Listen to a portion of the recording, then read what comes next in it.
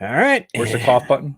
Don't we have the dump button? Yeah, where is that? It's called muting your mic. Speaking of which, is your mic muted? Yes. All right. This is the sound check portion, people. How do your bit. Do we sound? And tell us how we sound. Do your bit. That's the way this goes. There's a back and forth that's supposed to happen here. So the do your bit thing, right? Mm-hmm. I've always associated it with Ricky Gervais, right? And with that show with Carl and Pilkington and everything else, right? Mm-hmm. So Nazi zombies, right? Or Call of Duty zombies. Yep. There's a Dr. Gray, right? Who, when you're going to do one of the missions, she says, do your bit and escort the rover to the blah, blah, blah.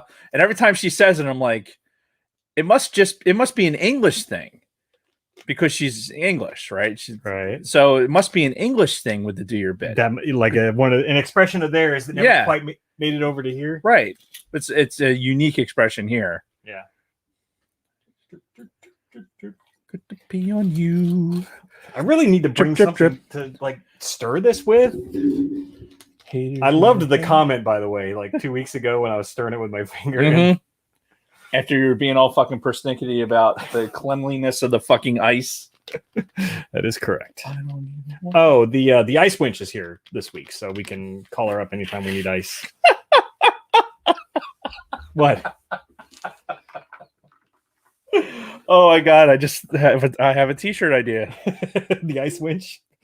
Well, you have to get her throwing fucking ice cubes at me. Which, by the way, did you ever watch that back? No, I didn't, dude. Yeah, you could see the ice cubes flinging by my fucking head. I'm like, whoa, Jesus. We got Big Lovin'. Tevin says we sound good. Scott says we sound good. We got Bronco Fett. Hope your family's doing good, Tom. We got Kay Olson, whoever the fuck that is. No idea. ATSW, the Escape Pod, aka Big Don. We got used and abused. So my Escape Pod Big Lovin' Dabbin' shirt came in today. Oh, nice. With this one. Sweet. I was, and you know what? I was going to wear it, but since I got I'm sporting the Sidebar Cantina shirt today, supporting our show. Yeah, I'm sporting my Welcome to the Rebellion shirt again in support of Gina Carano. Apparently nobody taking you up on your No, nobody wants to hit me. So whatever. All Guess right. they're not as big and bad as they claim to be on Twitter, huh? Yeah. Kay Olson. Kate Olson says be right back. Yeah. Yeah, that Brady dabbing t-shirt is fucking classic because I got it in the blue too. Oh my god, I can't fucking wait to wear it. It's fucking great. Yeah. Oh, that's something we should do. We should plug Sweet Studios and everybody's got shirts now. Everybody's got shirts for their stuff. Which I did order a used and abused. If you do have a used and abused tank top, Scott, let me know and I'll get one. But a Sweet Studios tank top. Nice. Because I know how much you love tank tops. Yes, that's the word that I'm looking for. Love the tank tops. Yep. Actually, I don't give a shit about the tank tops. It's that tank top. Which I don't understand what the big deal is, but whatever. Discussion for another time.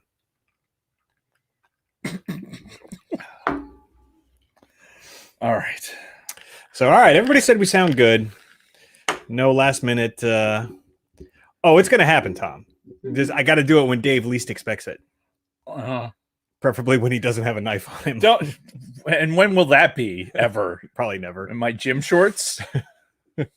Which if I'm going out for a jog or something like that, I still have a knife on me. So why am I not surprised? And of course, Bronco Fett says click. Yes, so he does. There you go. So now we know the sound check is good. Right. Trip. Get to pee on you. So it's your toast. Did you put something in the? I thought you were going to put something in the notes about. All right, you know what? Never mind. We need to pimp our Teespring shit. Yes, we do. Should probably post a link in the show description. I'll do that. Can I edit this post? You gotta be able to. Not from this. I'll have to do it like. Oh, I probably could have done it in the description, but now that we've gone live, it's not going to let me. That's fine. We'll fix it in post. What did I say? Teespring again? T-Public. God damn it. This is why this shit needs to be written down. I know. All right. Are we ready to start? Yeah, let's do it. All right. Hold on. Just verify audio is recording. Got my drink. Your toast. Yep. Yeah, fuck it. We'll do it live. I don't know which one's the right one. We're going with... Why is there 3 of them in here? We're going...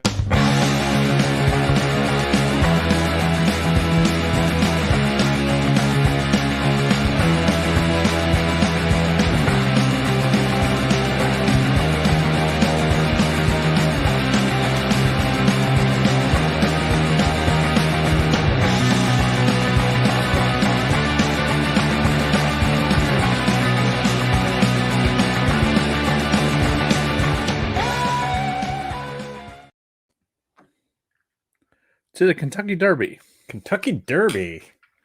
Hmm. So, I was going to say, for the longest time, I thought that was a horse race. It is a horse race. It's not a dog race? No. Maybe I thought it was a dog race, and I found out it was a horse race. It's a horse race. Okay. It's like one of the biggest horse races like ever. Wow. So I'm sure it is. So the Kentucky Derby is this coming weekend. Okay. And I fancy myself a bourbon drinker. Okay. And one of my go-to bourbons is this Woodford Reserve. And this particular bottle is a gift I got from the guys I used to work with in Standabout. When I left the Standabout position to go to the other one, they gave me some parting gifts, and this happened to be one of them. There was another. I think I drank the other bottle here on the show. I was gonna say, did they drink it all before they gave it to you, or no? This was. I mean, you figure this was a year ago, so it took me a year to get to this point. We can call that good. And there's still a little bit left, but yeah. So it's a really cool bottle. It's got the horsies on it. Horsies. Nice. And this is a Derby specific bottle. So there's a whole side market for Kentucky bourbons from Kentucky, right? So the bourbon bit is like a big thing. So like if you get a bottle of Blanton's, it's called, they have the bottle's kind of shaped like a hand grenade almost. Like it's kind of a short round bottle. Sure. And each one of the caps is actually like a little pewter horse. And so you can buy this set of all the Derby horses in that particular year with those bottles. Okay. So it's actually I don't watch the Kentucky Derby. Like it's just one of those things that like means that spring's here. It's kind of like watching the Masters, right? You know, when the Masters is on, like it's the beginning of spring, azaleas are blooming, shit like that.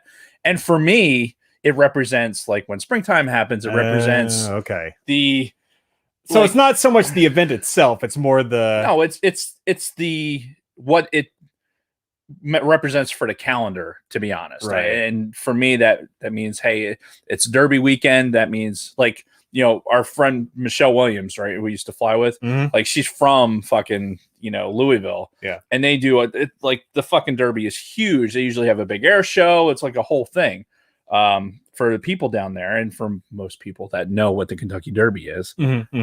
But for me, aside from enjoying the bourbon, it's about spring. Really, it's a toast to spring and nicer weather, which it was a gorgeous day today. Not temperature wise, it was a little chilly for the 2 times I left the house today. But yeah, it was weird too, because there were a couple times where I went outside and I'm like, ooh, a little chilly out. And then there was one time where I went out to go get the mail and I went into the direct sunlight. I'm like, oh, it's actually kind of warm right now. So it's just that weird fucking bipolar New Jersey weather this time of year. And it's April 26th, and I saw a meme that had what was the movie with Sandra Bullock? Speed. Also Ocean's 8. Ocean's 8? Demolition Man. No. We can keep going though. Keep going. You'll get to it eventually. It's Speed 2. She's an FBI agent, and it's like the beauty pageant thing. Oh, Miss Congeniality. That one, right? Where the blonde says like, "Hey, tell us about your perfect date." and she picks April 25th because the weather is it's just warm enough to have a light jacket, but not too hot. Right. April 25th. So we're right around all that. It's about the shit. changing seasons, and Dave gets happier when the sun's out more. So indeed, most people probably are. Yeah, to be quite honest. So that being said, welcome everyone to From a Gen X Point of View. This is episode 32, our semi-final episode of this specific show. Semi-final, yes. And what are we talking about this week, David? We are just going to do some Trivial Pursuit. Yeah. Some 90s Trivial Pursuit we have here with the this was your wife's find, right? Kristen found that. I think she actually got it at a what's the fucking place they sell things to people? Not Goodwill. No, not Goodwill.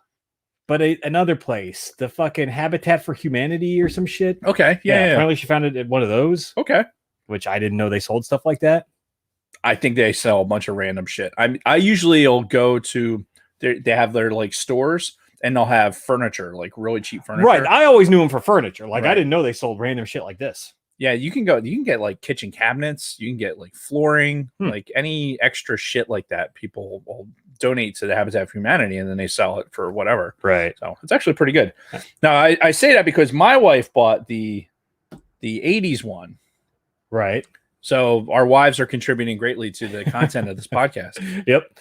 And we're going to do the 90s because, I mean, as Gen Xers, the 90s, that was our prime, man. Well, it was a thing for sure. Yeah. So it'll be curious to see how well we remember our 90s. Yeah. Both of my children were born in the 90s. Which that's weird to think about because mine didn't start popping out until 2002. Yeah. So my kids are both 90s babies. So anything that has to do with child rearing, it's since 1996 and on. Right. I'm right there with you. But Teletubbies and fucking. Your oldest was born in 96. Yep. Fucking hell. God damn, dude. Yeah, I know. It's crazy, isn't it? So pretty much anything from 96 on in the realm of entertainment and pop culture, you might just like be completely oblivious to. Facts. Yeah. No, trust me, I know. Because from like 2002 to 2008, I was completely unplugged from. I mean, but let's face it. On this show, aren't I completely oblivious to most cultural significant things? If they're not directly related to something involving rocket ships, going to Mars or the moon or the fucking space shuttle, and obviously Star Wars, that's, this particular thing, like a Trivial Pursuit, really tests my, 4.5 limit of random shit that I know. Yeah. Or if it's been on Jeopardy at some point. True. You do know more about the Kentucky Derby than me, so that's something. So if there's Kentucky Derby questions in there, you're in. Score. So I did mention this is the semifinal episode of From a Gen X Point of View. We are combining our two previous brands. We've talked about this for the last 2 weeks now. We're moving everything into one show, the Sidebar Cantina. For anybody who's been following us exclusively on Gen X POV, be it our YouTube channel or the audio feed for the audio podcast, please know that after next week, everything is going to be moving to the Sidebar Cantina. So search Sidebar Cantina on YouTube. Yep. Search Sidebar Cantina wherever you get your podcasts. And we're there. The Sidebar Cantina is the former feed for our All Things Star Wars podcast. We just changed the name and the logo. Yep. It was a lot easier to do it that way. So please keep an eye out for the Sidebar Cantina. Content's pretty much going to stay the same. The flow of our show has always been the same. Yeah, honestly, it's the same show. It just it's a branding thing. See? Sidebar Cantina. Branding. So please do that. And also we sell merch. Yeah, shirts like Dave's wearing right now. Yes, you're watching this on YouTube. You could get a Sidebar Cantina t-shirt, much like my own. I love the shirt company that they use. It's called, I think, Canvas. Mm-hmm. I ripped the tag off, but these shirts are they're so soft, right? And they're just comfortable. They're not. This is a 2X because of my fat ass, but even for my shoulders and everything else, it's a nice t-shirt. Yes, and I feel like on the weekends they do 35% off. Mm-hmm. Right. So if you're listening to this on a Monday, maybe wait till the weekend to see if something comes up on TeePublic. But search for right now. You got to search for Gen X POV from a Gen X Point of View podcast, I think is the thing. And I'll investigate changing all that stuff over. But yeah, go in there, buy some merch, support us. People have already done that. And we thank you. Yes. I don't know where that money is, though. Like, there's money sitting out there for people like that are supporting the podcast. You know, like a couple ducats or whatever it is. I have no idea where that money is, like, or how to get it, or how to get it. So, somebody write that down. We're very professional here. Somebody write that down. Hey, I went through all the fucking muscle movements of actually making the fucking thing. Yeah.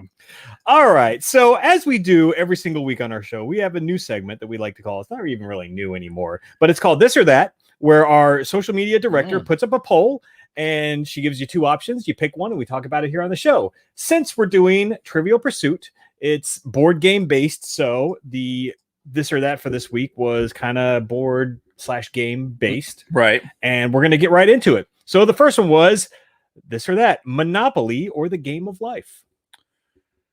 Monopoly.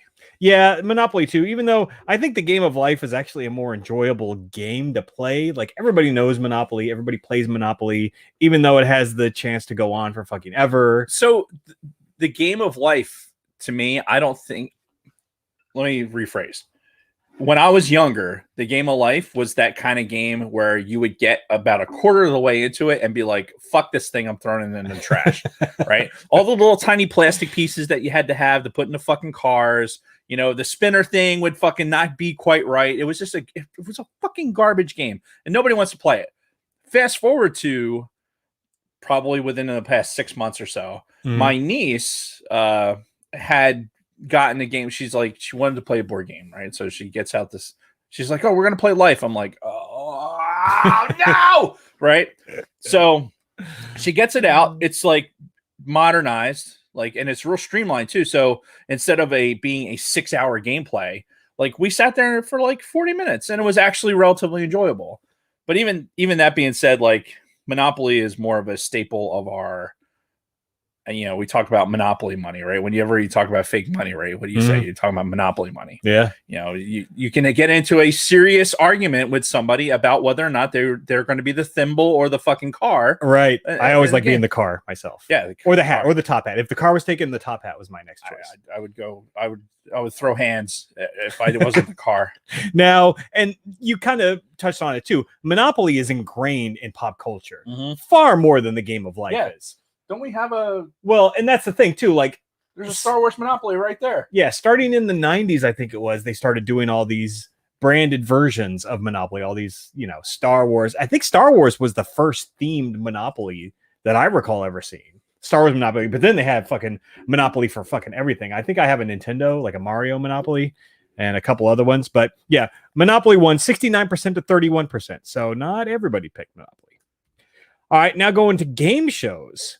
Jeopardy or Wheel of Fortune? It's not even a thing. Jeopardy. See, I picked Wheel of Fortune. I far more enjoy Wheel of Fortune than I do Jeopardy. Like, I don't know if I've ever watched an episode of Jeopardy start to finish in my life, but I've watched plenty of Wheel of Fortune because I think Wheel of Fortune is more enjoyable. It's something that I could actually play myself, whereas Jeopardy, that's way above my fucking intelligence level. So, and this is not like, you're smart enough to play Jeopardy. I think really what it comes down to is, in my household growing up, like 7:00 local, you know, Eastern Standard Time is when Jeopardy came on, right? And my father was a Jeopardy, like, if he was home, Jeopardy was on. And a lot of times, even if it wasn't home, we'd put Jeopardy on because that's what it was. And if you weren't into it, you fucking left the room because Jeopardy was going to be on. Right. And so through just osmosis of sitting there watching Jeopardy, with it being on in the house, for me, I like the challenge of it. Like, I have that one of those, I'm one of those people that, like, wants to consider themselves to be the smartest person in the room. So having a bunch of fucking random knowledge was, you know, part of it. Like, okay, when you know shit. And now that I've gotten a little bit older, I've since looked back on it and go, like, I wasted a lot of time fucking with that mentality. Oh, I don't even want to talk about how much time I've wasted doing stupid shit that I wish I hadn't grown up. But and it's not even like, it's just even fucking into my late 30s. It was just like, oh God, all right. If I had spent less time trying to be the smartest person in the room, I probably would have had more fun. Right. Oh, I was having this conversation with somebody in the last like week and a half. Basically, I felt like I really didn't have my shit together, like when it comes to like life in general, until about 35, 36. is about when I felt like I finally had my shit together. I think as an adult. For me, it happened in the last year. All right, fair enough. So, but so that Jeopardy was a staple in the household, but so was Wheel of Fortune, because at the end of Jeopardy, Wheel of Fortune, right? And then so Vanna would come out, and I think I talked about this on the show. Like in our house, it was you guessed what colored like outfit Vanna was going to be wearing.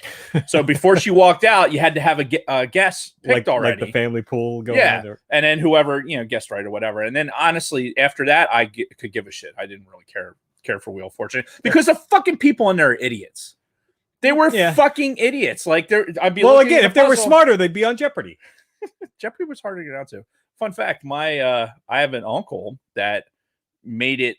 He didn't make it to the show, but he made it to like the semifinal round. Oh, sweet. To get on the show. Yeah, there's a whole competition thing between my dad and his brothers, and they're all very, very intelligent and like just. But there is a little bit of competition, which is why I think it's why I am the way I am. Right. All right. Well, anyway, Jeopardy won 61% to 39%. Yes. More game shows. The Family Feud versus The Price is Right. This was a tough one. Was it? See, for me, this was a no-brainer, especially pre-Drew Carey, The Price is Right, back with Bob Barker. That was my shit, man. I loved The Price is Right, even as a little kid. So Big Swede, I think, hit on it in the chat or in the Sidebar Cantina on Facebook. Find us on Sidebar Cantina on Facebook. He had said that, The Price is Right is one of those, like when you're homesick or something like that, The Price is Right was on. And it was like, there's so much fun stuff. The fucking yodeling dude was always one of my favorite. Yodelity. Right. So I remember all those things with Bob Barker and everything else. But right now, the Family Feud is fucking hilarious. Like Steve Harvey hosting the Family Feud is must see TV. Yeah, there's some really good YouTube videos out there of him reacting to some stupid shit that people say on the show. I will sit there and I'll watch it just because Steve Harvey's on it. So like as we sit here right now, the Family Feud is a show that I want to watch. Right. Yeah. If we're talking about today, sure. I would agree with you there. But I mean, growing up, it was all about The Price is Right. Yeah. For me.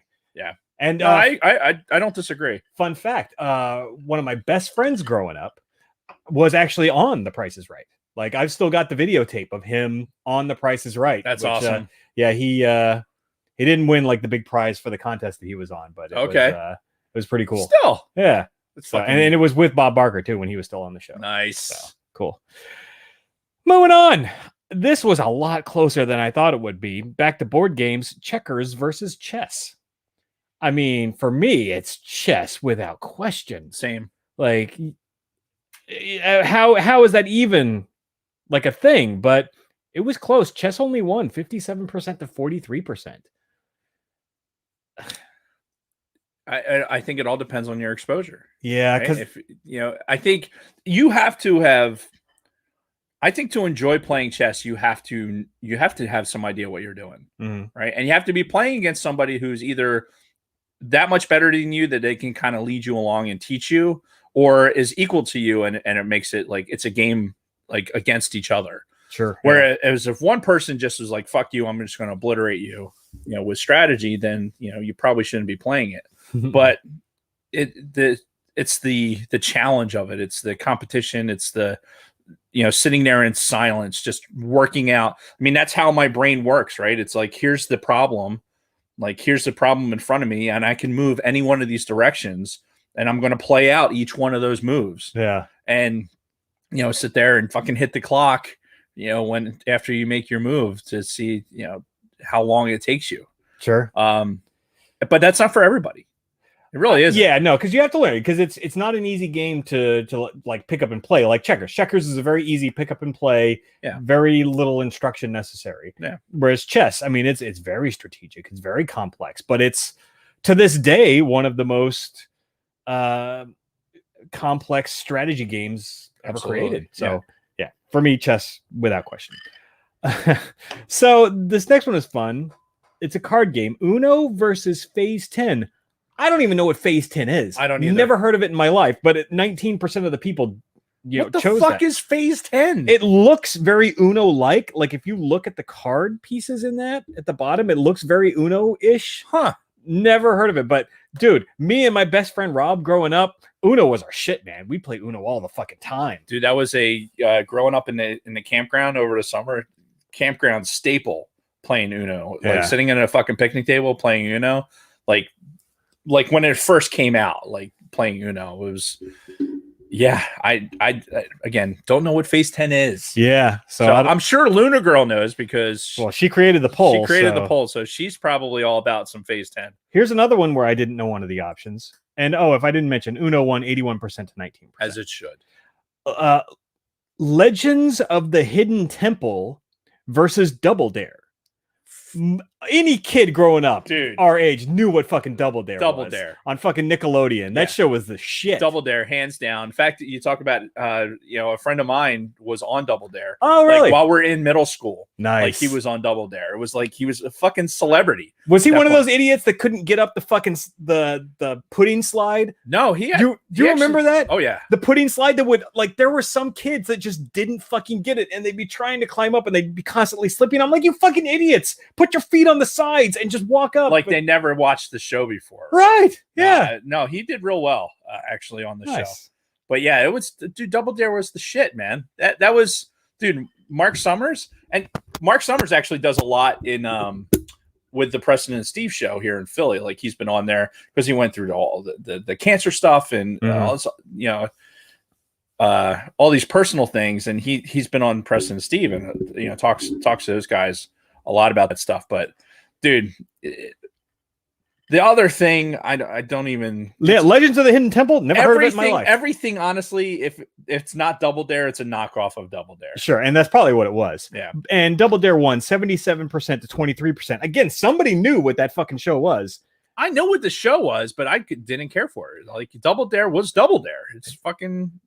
It's the mother of them all. So this next one was one that I chose not even to answer because I wouldn't even know how to begin to answer it. But this is two girls board games, Mall Madness and Girl Talk. I didn't answer that one either. Yeah, I'm like, I don't know what to say to this. So Mall Madness won 74% to 26%. So I recall hearing the name Mall Madness, so that sounded a little more familiar, but I wasn't going to vote because, again, not familiar with either. So moving on. Sorry, ladies. This is a good one. Risk versus Stratego. This was a tough one, man, but Risk. Oh, yeah. Risk. Dude, I've got so many good Risk memories. Oh, yeah. Like living in the fucking dorms on base when I first joined the military, me and like 4 other dudes, like in a fucking dorm room playing Risk for hours on end, drinking. Yeah. This is going to another level of nerddom, right? Hanging out playing Risk. Sure. But I did the same thing in when we were in the dorms in Keesler. Like when you went to the Triangle, like they had the next to the chapel or where the chapel. Yeah, that rec center. Yeah. And so they had board games there. So we would play Risk for money. We would like gamble with each other playing Risk, and it would be like over like a weekend. Holy fuck! And we'd gamble and play Risk. Yeah, it was fucking great. Like if the weather was shit, which it was a lot of the time out there. So I was there in the summer, so it was just too. Some days it was just too fucking hot to do anything. But so really quick, David K in the chat said that Mall Madness is only for hardcore board gamers. Wow. So that's, you know what, we should, if somebody sends us a version of the game, we'll play it on the show. Yeah, we'll dedicate an episode to it, and we'll try to do it in high squeaky voices like we're females. Anyway, Risk won 8. Hello. Risk won. Brian. Risk won 85% to 15%. Stratego, I think I talked about it on the show before. We had the electronic Stratego where it was at my grandfather's house. So my cousin and I would play it all the time. Yeah. Stratego was a great game. The electronic version of it was because it had the sound effects of the dun dun dun dun dun dun dun dun. And then when you attacked each other, it would play music the whole time. It was a great fucking game. We played it almost every Sunday. It's still at my grandfather's house, nice. Under the bar. See, I didn't really get into Stratego until, again, much like with Monopoly, they came out with a Star Wars version of Stratego. And I played that. And I think I still have it in my garage, too. Star Wars Stratego. Pretty fun. But again, not many people to play with or against. You all right over there? Well, there's like this laminar flow of anyway. All right. Next game, Trouble versus Sorry. Sorry. I actually picked Trouble because I just remember the little fucking popper dice roller in the middle. I always thought that was cool as a kid. Yeah. But neither game was really that high on my radar. We had Sorry as a kid. It was one of those, I think, Christmas board games that we got that we played a lot. And we had it for our kids. Like, Kathy and I both, it's a board game that we had when we were growing up, and it was still popular.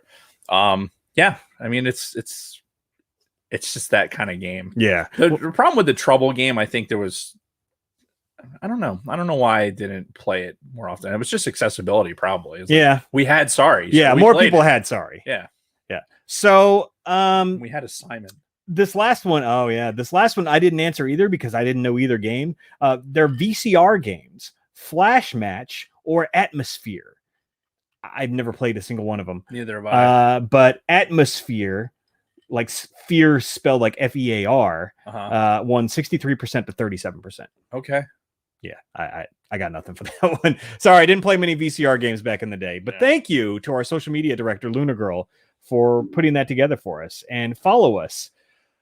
We're at a lot of places. We're at the Sidebar Cantina on Instagram. We're at Gen X POV on Instagram. And we're still at All Things Star Wars Pod on Instagram. Yep. So follow us on any of those places. All of our content gets pushed out to every feed, and you will do it. So Supergirl 3000 has made a call. She made a phone call, apparently. And Mall Madness game is on the way. Nice. Wow. I did not think that was going to happen. On a related note, damn it. I feel like we need to call in the ice winch because my ice is getting low already. We're just gonna take a quick pause. Ice winch thing is going to get your ass beat. Hey, ice winch, capitalized. We need more ice. This is definitely not going to end well. Thank you. You're going to have to catch the ice as it's flying towards you. You realize that, right? Stick my glass up. Right. Oh, and that'll shatter in your face. And we get to see Jason bleed on live. It'll be entertaining for the people watching on YouTube. Indeed. Moving on. I do not condone of the ice winch thing, but it is going to make a fun t-shirt. I'm not going to lie. So anyway, are we ready to get into our weeks? Yes. All right. For me, I actually don't have a whole lot. One thing I did want to say is, you know how most people hate Mondays, right? Garfield hated Mondays. Right. Anybody who works for a living hates Mondays. Right. You know, it's the first day of the fucking week. Yeah, the weekend off. Now you got to go back to fucking work. Well, the way my work's been handling things lately, we've been doing teleworking on Mondays. Right. Because we're still in the middle of this fucking global pandemic, and they're still trying to keep, exposure at a minimum. And one of the things that they did is we're all teleworking on Mondays, which has been great. I feel like I could be so productive, like 1 to 2 days a week teleworking. I still got to go into the office for a lot of shit. Right. But I feel like I can be really productive. I don't have to get up fucking early. And Mondays are my gym off days. So I can really sleep in until like fucking 6:30, get out of bed, fucking throw on some coffee real quick, make my breakfast up, and then be ready. Did you tell Dave the only reason my aim was so bad is because I was trying not to hit him? I did not say that. Not, but I appreciate that. Yeah, I threw wide on purpose. Oh, you have to come on and show off your She-Ra t-shirt. No. All right, this is exclusive for the YouTube audience. She just got this shirt in today. Nice. Yeah, I don't know if you can see it very well, but it's white. You got to step closer. Closer. Come on to yours. There you go. Closer. Oh my god. She-Ra, Princess of Power. All right, She-Ra. Cool. Well, thank you for the ice. And another G.I. Joe cup. Look at this thing. Very similar to the one that we got last week. Yeah. It's the same series. Shit. Fantastic. Well, thank you. Thank you. You're welcome. Thanks. Ice winch. So anyway, yeah, I love Mondays now because I'm off from the gym. Right. I telework, so I can roll out of bed at fucking 6:30. I get a good night's sleep. I get a productive day of work done. Because there's so many distractions at work, especially on Mondays. because nobody wants to fucking work. Yes. So it's all, well, and especially during football season, like the first fucking half of the day is all about the fucking football games that happen the day before. Yep. Yeah. So yeah, I feel like I get a lot done. I don't have to rush. I don't have to commute. And then we got the podcast afterwards. Mondays have become like my favorite days of the week. I have also been teleworking primarily on Mondays, like Mondays and Fridays, just because we don't have meetings on Mondays. Today we had one, but it was a Zoom anyway. But most of the time our meetings aren't on Mondays and Fridays. It kind of gives me a head start and a late start because I'm not driving, right? So I have extra time. And like this morning I went to the gym with that extra time. And Fridays it gets the weekend started a little bit earlier. So here's the problem with teleworking. You're too productive. And for me, it's like I'm too focused on work, right? I'm getting a lot done, and I could get probably just as much done if I was at the office, because obviously with what I do is mostly administrative anyway. Sure. Some human interaction has to happen, but for the most part, I can do everything I need to do teleworking and be super, super productive. Meanwhile, nobody else is being fucking that productive. So I find that I'm working too fucking hard because everything is right there. I'm just going to sit there and work and be diligent and do my bit. Whereas at least with the fucking going into work, I have a drive to listen to fucking a podcast or an Audible book or something that. So I like the mix. I like having a little bit of a mix. Like you said, it's nice to have it breaks up the week a little bit. And so while I don't necessarily support the Mondays are great thing, I do like Mondays, a lot of good stuff happens, but at the same time, it's still Monday. Yeah. It's like the Sunday hangover. I think the weekend hangover it's a real thing. Yeah. So for anybody who's followed us for a long period of time, this is about 2 years ago, probably, I railed against one-sided friendships. You remember that conversation we had as part of my week once? No, but so, I can see where you're going. I let myself get tied into these friendships where they're very one-sided, and it's my personality type, right? I'll sit there, I'll let people talk, I'll let them, think about the dynamic between you and me. Right. You're a very, like you even said it before today, you like to control the conversation, and I'm more of a passive person, and I allow that to happen. I think that's why we have a good dynamic because of just our personalities. But then I let myself get put into these friendships where these people just like take and take and take, and all they do is, either bitch and complain all the time to me, or, just really, I feel like I'm kind of being used as like an outlet, but I get like nothing in return out of it. Right. And then like the one time I kind of say something that this person doesn't want to hear, they turn into a complete fucking terrible person. Trying to pick my words wisely. And it's so fucking draining, so fucking tiring. And I've let myself get into these situations a lot over the years. Again, it's my personality type. It's, right. And sometimes I'll recognize it and sometimes I'll cut that off. And I had an incident where I did 2 years ago, and I talked about it here on the show, and like back into the same situation. And I'm like, fuck, man, I can't believe I let myself get into this situation again, where this person just fucking takes and takes and just drains me, like mentally drains me over the course of months and months. And then, I say one thing that this person doesn't fucking like, and they just completely fucking turn on me. And I'm just like, all right, I gotta be done with this shit. Yeah. I keep letting myself get into these situations. Yeah, and it's going to happen. I mean, you're a reasonably decent person, so I think that's part of it too. Is you don't necessarily want to have conflict, especially like in places like an office environment where you have to see people all the time. So a lot of times it's easier to just be, I don't know, complicit, I guess, or it's just or be just like, oh yeah, okay, and then. I think the other part of it too is like, if you feel like you've established a friendship, then you'll be more willing Like, okay, I consider you to be a friend, so Sure. I'm going to do these things for you because you're one of my friends. Like, Yeah. And I keep that, for me, that group is very, very small. Right. But, you know, I will let somebody like this, like, into that circle of trust, and just eventually the true colors will come out. And there are very few people in my circle of trust. Yeah. I mean, and probably a third of them are in this room. So but you know, it's that I do the same thing. As fucking as I am all the time. Yeah, I that was a good description, actually. That really did sum it up. Yeah. You could put that on a t-shirt. I find myself doing the same thing. Like, I have trouble saying no. Yeah.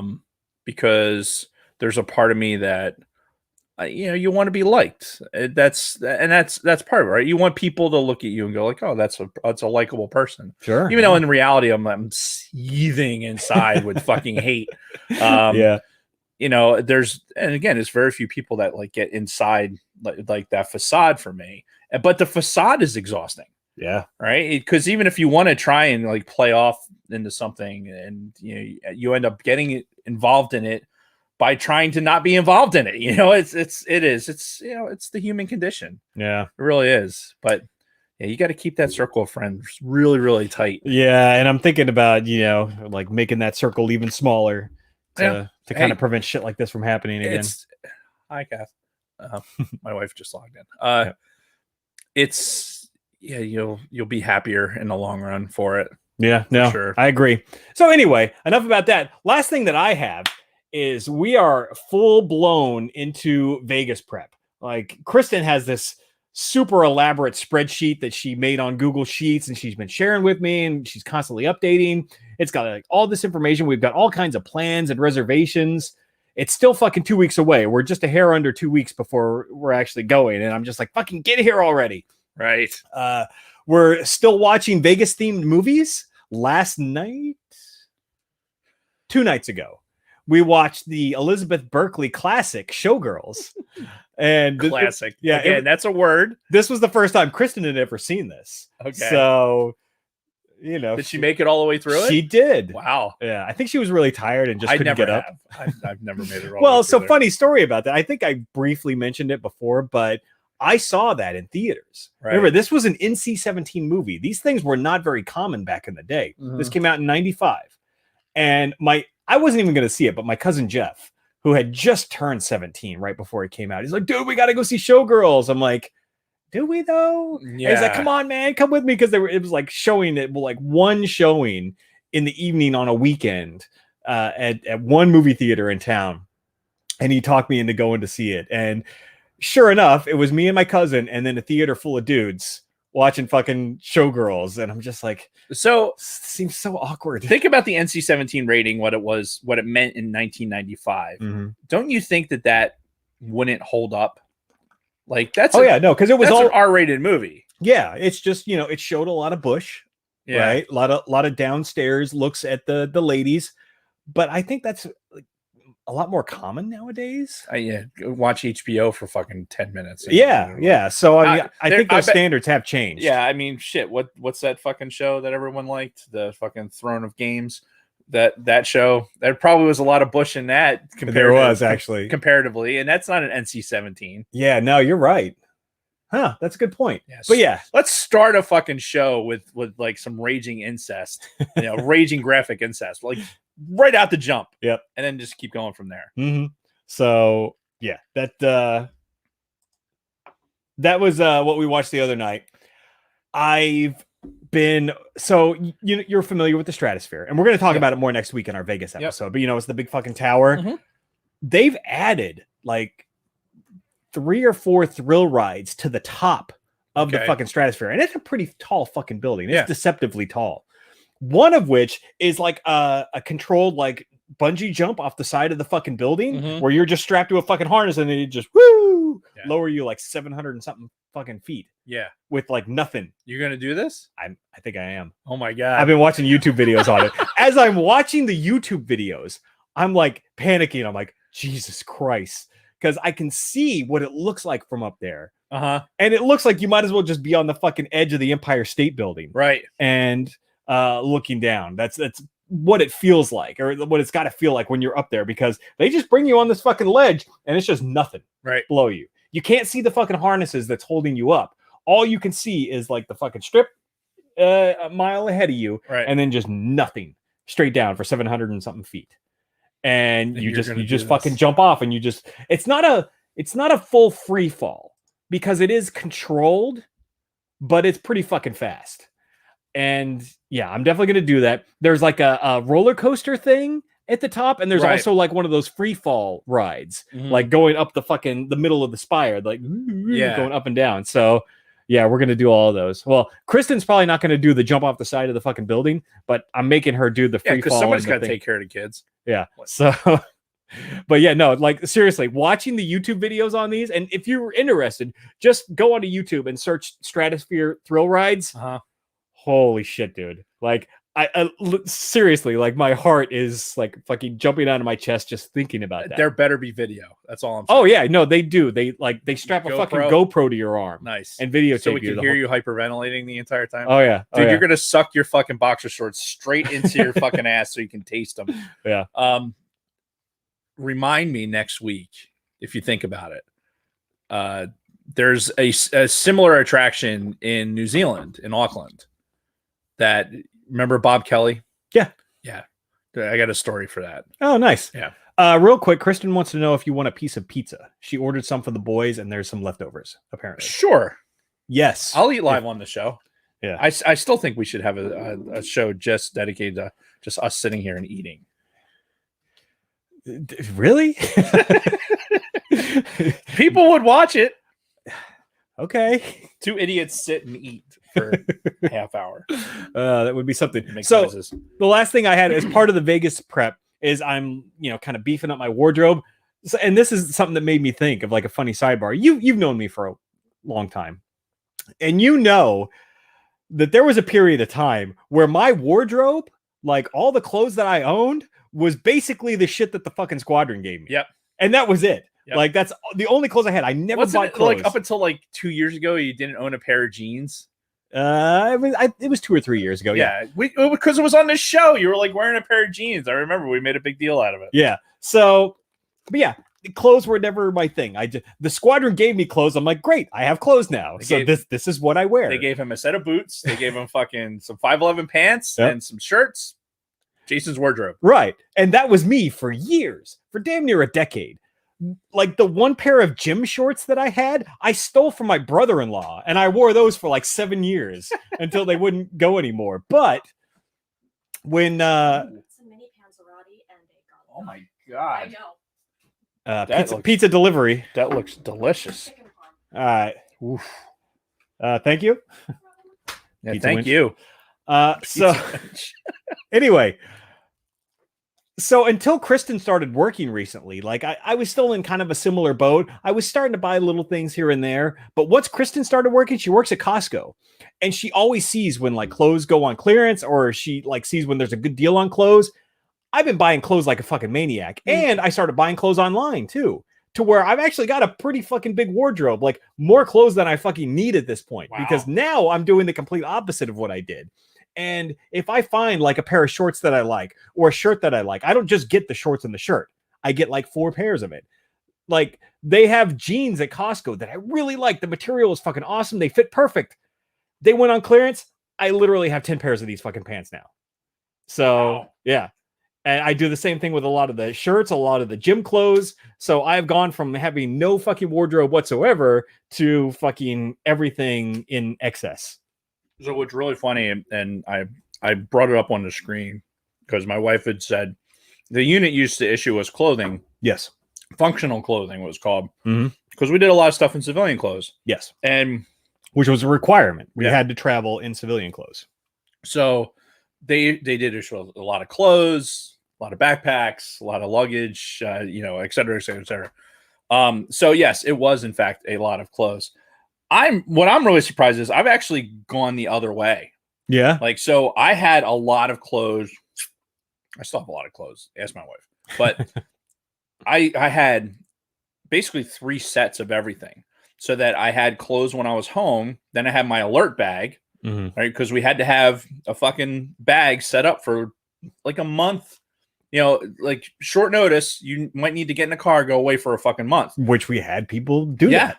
Yeah. So having a bag ready to go with an entire wardrobe with underwear and fucking socks and everything else.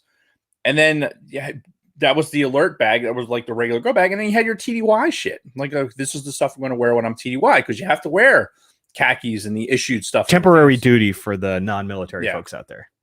So it's like, hey, hi, Joe Pusick? Puchek is what I would say. Puchek? Welcome, Joe, to the chat. Hello.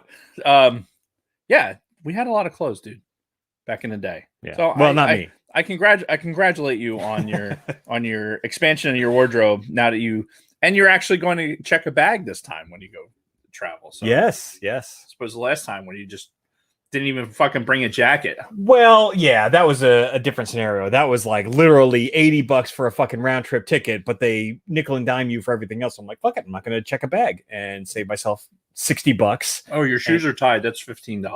Right. So, anywho, that's my week in a nutshell. We're going to get way more into the Vegas stuff next week when we talk about Las Vegas here on the show. That being said, why don't you finish chewing what's in your mouth and then start getting into your week? Well, I'm going to talk right through it. Yeah. Why not? We're professionals.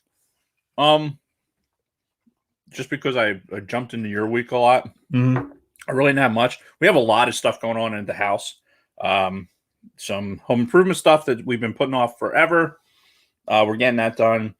The big thing was we had some trees removed. And you've got a lot of trees in this area. Oh, yeah. So you can appreciate when one of them is gone. Like that one storm when you know some of those big trees went down, all of a sudden there's sunlight where there never was sunlight. Yeah, it changes the whole dynamic of what's going on out there. We had these trees removed out in front of our house. So now when we walk out the front door, there's no trees there's nothing. Yeah. It's just like, it's like bright blue sky when you walk out in the afternoon. That's crazy. And we've been in a house since 2006. So what's that, 15 years? Yeah.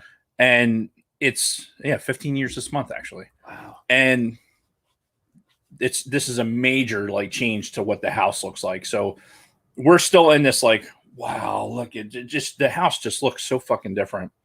So, but it's good stuff. I mean, obviously anything you do to a house is fucking expensive. We talked about it in the Money Pit episode. But yeah, so that's and having somebody else do it is the bomb.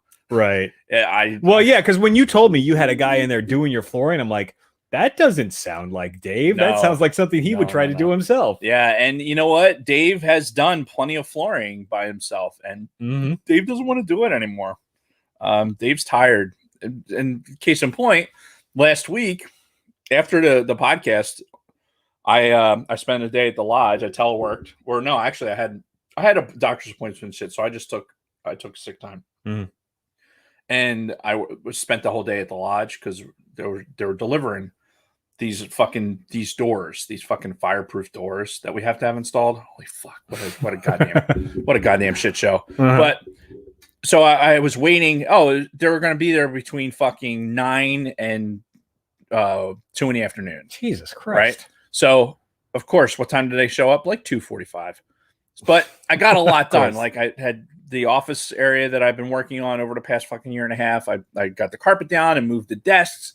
I did, and I was there by myself. So I'm moving these giant fucking metal desks, these circa 1960 US government fucking desks, these giant metal monstrosities.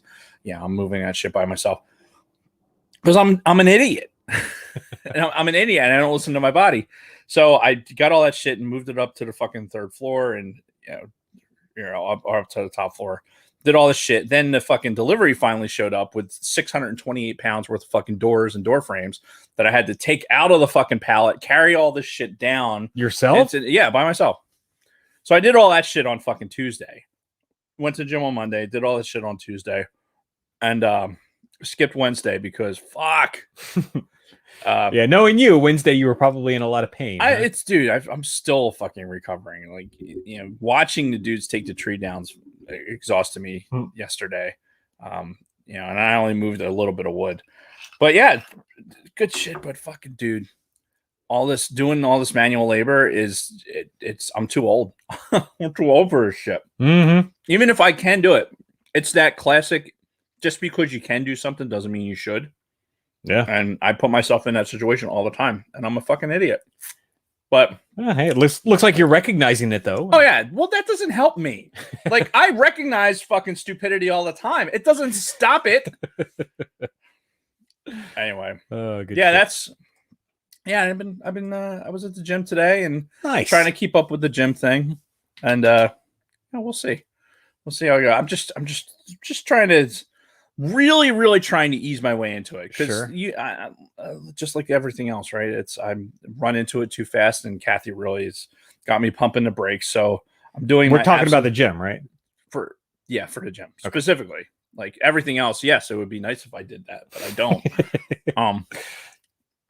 But yeah, so I'm taking my time, and then I'm hoping like after a month of like kind of getting my body used to it, then I can start pushing a little bit. Yeah, man. But if you ever need help or you never need ideas for a plan, I've got tons of workout plans, all kinds of shit. So I'm your guy. I may indeed use that. Yep. But yeah, I got nothing else, believe it or not. All right. So I'm going to eat this piece of pizza. While you're eating that, we're going to talk real quick about Trivial Pursuit before we take a break and then get into the main topic. So yeah, we're going to do 90s Trivial Pursuit. We have 80s and 90s, but I want to do 90s today. We've got the different cards split into the different years from 1990 all the way to 99. So I think you and I are each going to pick a card from each year. We'll decide which question is the best to ask, and we'll see who's got the highest score by the end. I'll keep track of score, and whoever has the most points by the end will have the bragging rights. They'll be the current king of the Trivial Pursuit. Somebody in the chat keep a score too, because Jason writing stuff down is not always necessarily the most accurate thing. And did you ever find the fucking other peace sign? No, I'm so pissed. It like fucking disappeared. You probably took it to work or something. Why would I take it to work? I don't know. Why do you do half the shit you do? I don't know. Kristen asks me that all the time too. Oh shit, there it is. What an asshole. It was under a bunch of other papers. He was so upset last week, like fucking somebody stole it. She still might have, and then put it in here after the fact. Perhaps, yeah, maybe. What the fuck is this 1955 wheat penny? Why do we have this written down? That is not my handwriting. It's my handwriting. I just don't know why the fuck it's written down. And why is only 55 wheat penny in italicized? How drunk were you when you wrote that? I have no fucking clue. Well, it's pretty neat, so can't be that drunk. All right. So yeah, we're gonna play the game. So stay tuned, and I'm sure as we ask each other questions, we'll probably expand upon the question, kind of have some sidebars regarding whatever it is we talk about. But we're gonna take a quick break first, and be right back after this word from our sponsors. Our sponsor is me fucking eating this pizza. How is it? It's fucking delicious, dude. Wonder where it's from. I don't know. Delicious Town? Maybe. All right, I'll be right back. Do you need more ice? Yes. Okay. I'm waving at the fucking fruit flies in here. Is the fruit fly in the room with us now? Yes. Okay.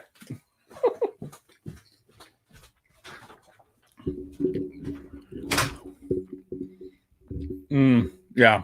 Pizza is thebomb.com. And yeah, so I'm not at the point of the gym where I want to fucking take a picture of me doing anything in there. Maybe because I'm fucking not awake. Jason's up at fucking 4 a.m. and fucking has this whole routine down.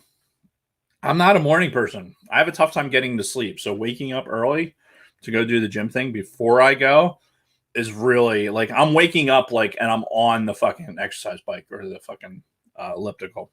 I'm just like, oh, okay, this is what I'm doing. So half of that.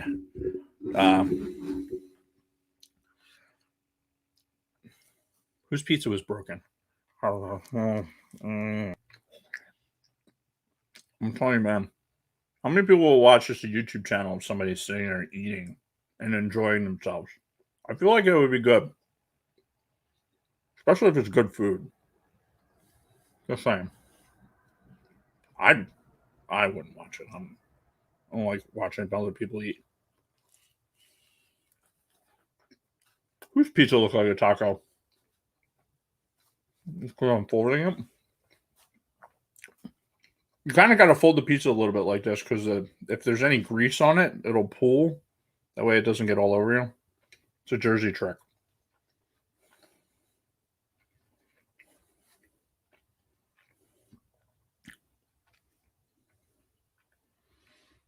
Eating one of girls last year, homegrown, roasted tomatoes and pasta. Ah!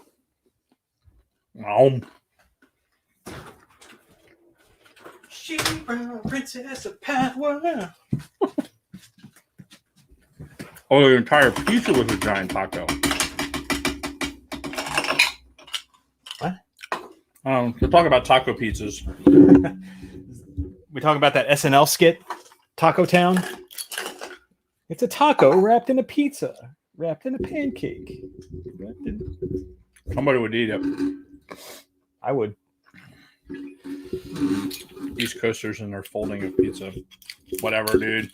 Dude, nobody knows shit about pizza fucking west of the like legitimately Pennsylvania border. I was born and raised in California.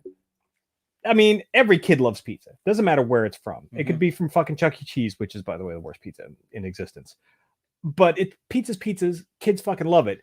But after I got out here, I realized, I didn't know shit about shit when it came to pizza. Mm-hmm. Come to fucking Jersey, eat at any of these fucking little mom and pop pizza places. They're all fucking delicious. Mm-hmm. It tastes just like it smells. Delicious. No, we talked about it on the show, man. I have 13 pizza places in my 1.2 square mile town. Yeah. And I bet they're all great, and I bet they all get a lot of business. Well, they're all stay open. Yeah. Yeah. Yeah, if you're from the fucking West Coast and you're like, yeah, I have Pizza Hut all the time, or I have Domino's or Papa John's. Somebody tried to tell me that Mellow Mushroom was a better pizza place than anything. And I was like, were they on mushrooms when they said that? Perhaps. Yeah. I think they were vegan. I think that's what ended up happening. Oh, God. What? Oh, my God. So, I guess we're live. It doesn't matter if certain people are watching, but the shittiest feeling in the world is going to a restaurant with friends and or family. Mm-hmm. You place your order like a normal person, and then they come to a certain member of your group, and they're like, I'm a vegan. What do you have on your menu that I can eat? The menu. You can eat the menu. Oh, my God. Like, as a normal person, that's like embarrassing to sit through. Like having one of your people stop the waitress or whoever in the middle of an order and be like, I'm a vegan. So friends of ours that live out, the people that live in Palmdale, right? She's a vegetarian, he's a vegan, right? But they are not the type of people that are like, hey, this is my fucking diet. All of you must respect it. Right. Right. They'll go places, and yeah, if you're a decent human being, you'll be sensitive to all right, it's like a food allergy. You think of it that way, right? Not the person that shows up in a place that they know they can't eat at and fucking go like, well, I'm dissatisfied with the service here because you don't have anything for me to eat. Well, like you can fucking see, you can go online and look at the fucking menu if you're that goddamn concerned about it. Sit there and drink your fucking water with your single-use plastic and shut the fuck up. Yeah. But I can appreciate like Brian Michelle's been in the chat. They're great because they don't. It's not like in your face. I'm a fucking vegan. Yeah. Like what they're talking about in Scott Pilgrim Saves the World, right? You never seen Scott Pilgrim? No. Oh my fucking God, dude! First the Derby, now fucking Scott Pilgrim. Apparently, I just suck in all aspects of life. I mean, you said it. All right. Would you hurry up and finish your food so we can get back to the show? We'll start the 30 seconds, and I'll back up from the microphone so you can't hear me. I'm not performing the Heimlich on you if you choke on your fucking garlic knot or whatever that is. It's delicious. All right, we ready? Sure. There's a lot of garlic in this knot.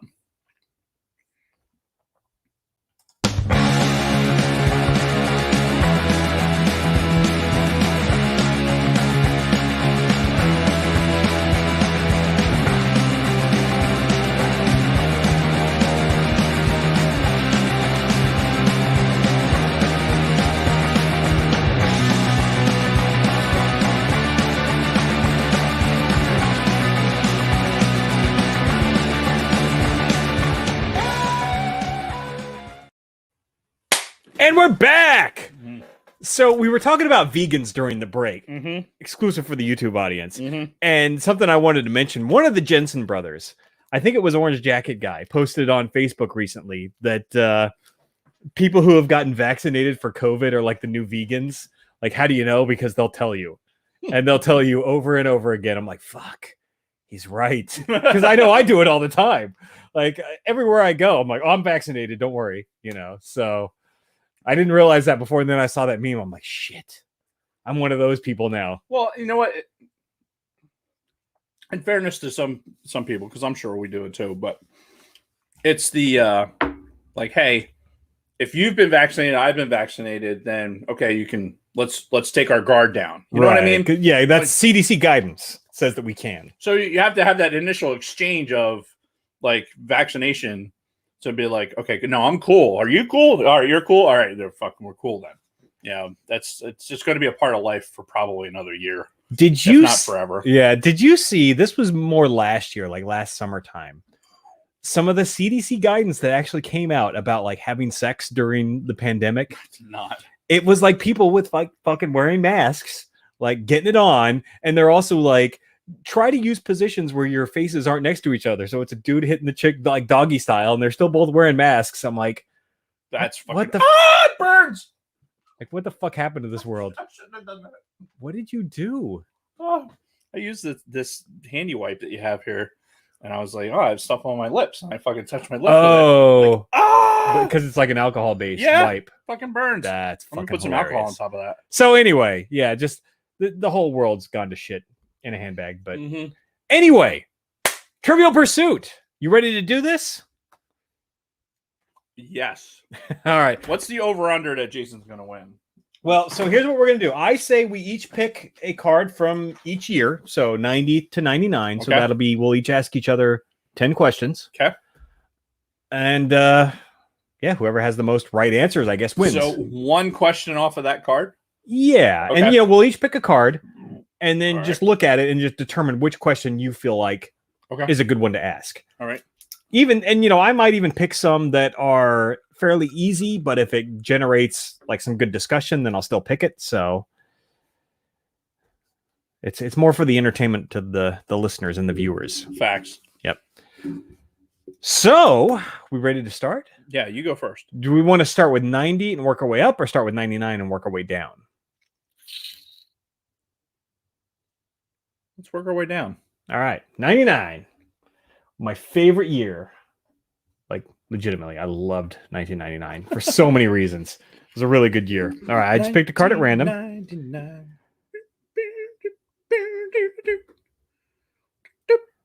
Oh, that's interesting. I don't think you'd get that. That's the idea, right? That's too easy. We're playing Stump the Dummy here. Isn't that part of the game? Oh, hold on. Let me ask. Okay. This is a good one. I would get this one. I don't know if you would. Okay. What video game system, the first to come equipped with a modem, clogged up phone lines in Europe as many purchasers got online for the first time? So this is 1999. A new video game console came out. The first video game console that came out with a built-in modem. And I remember it was the old RJ45 fucking phone jacks, right? That was the RJ11. RJ11, sorry. I'm in cybersecurity. Yeah. So Yeah, and in Europe, it clogged up a lot of phone lines because it was the first time a lot of purchasers had gotten onto the internet. I'm going to say Dreamcast. You are correct, sir. All right, so I legitimately can't take credit for that because Joe in the chat, I saw it. I'm like, oh fuck, I can't. All right, well, you got Dave a point. So yeah, the Sega Dreamcast. So I remember this because I bought one the day it came out. It came out September 9th, 1999, 9999.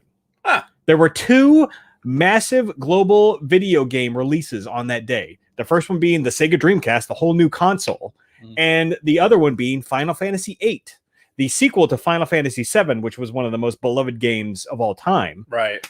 Those both came out on September 9th of 99. Huh. So I remember that. I did not know that. Oh, yeah. One of the many weird, obscure things that I remember about 1999. So it's okay, Joe. It's not your fault. Yep. And yeah, I still, in fact, my original. Yeah, you might as well get it. You know it's there.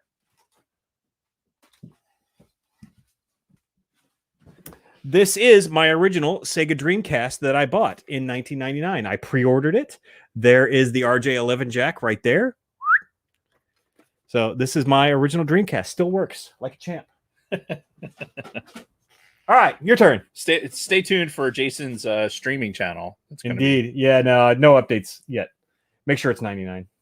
It is 99. Well, that's an easy one. What, your mom? Ha ha! You probably know that one. Yeah, why do I think you probably know that one?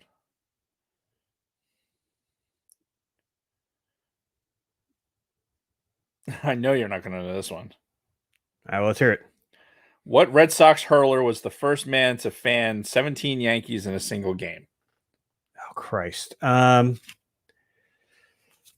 was his fucking name? I'll give you a hint. He was a Philly also. No, I'm pretty sure I know who they're talking about. Okay. I can't remember his fucking name. God damn it. No, what was it? Pedro Martinez. Yeah, he was one of the names I was thinking of. So, all right. You should have just said it. Yeah, no, I'm stupid. On this card, just for what fruit helps restore a player's health in Donkey Kong 64? The bananas. Bananas. You would be incorrect. What? It says watermelons.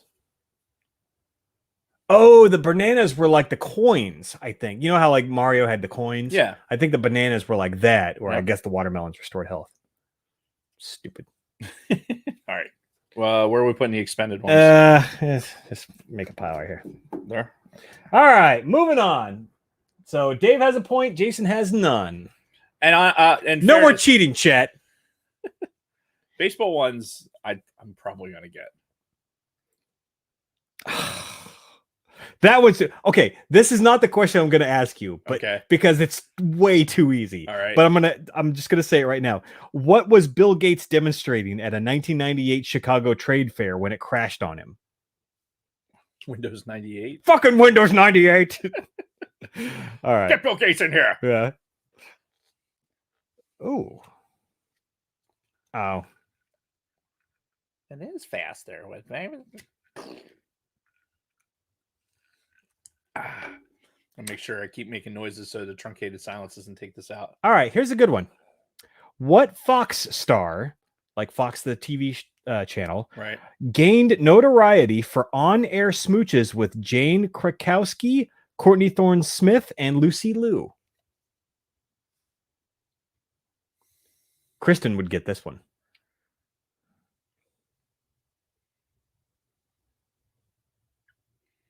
What the hell was Lucy Liu in?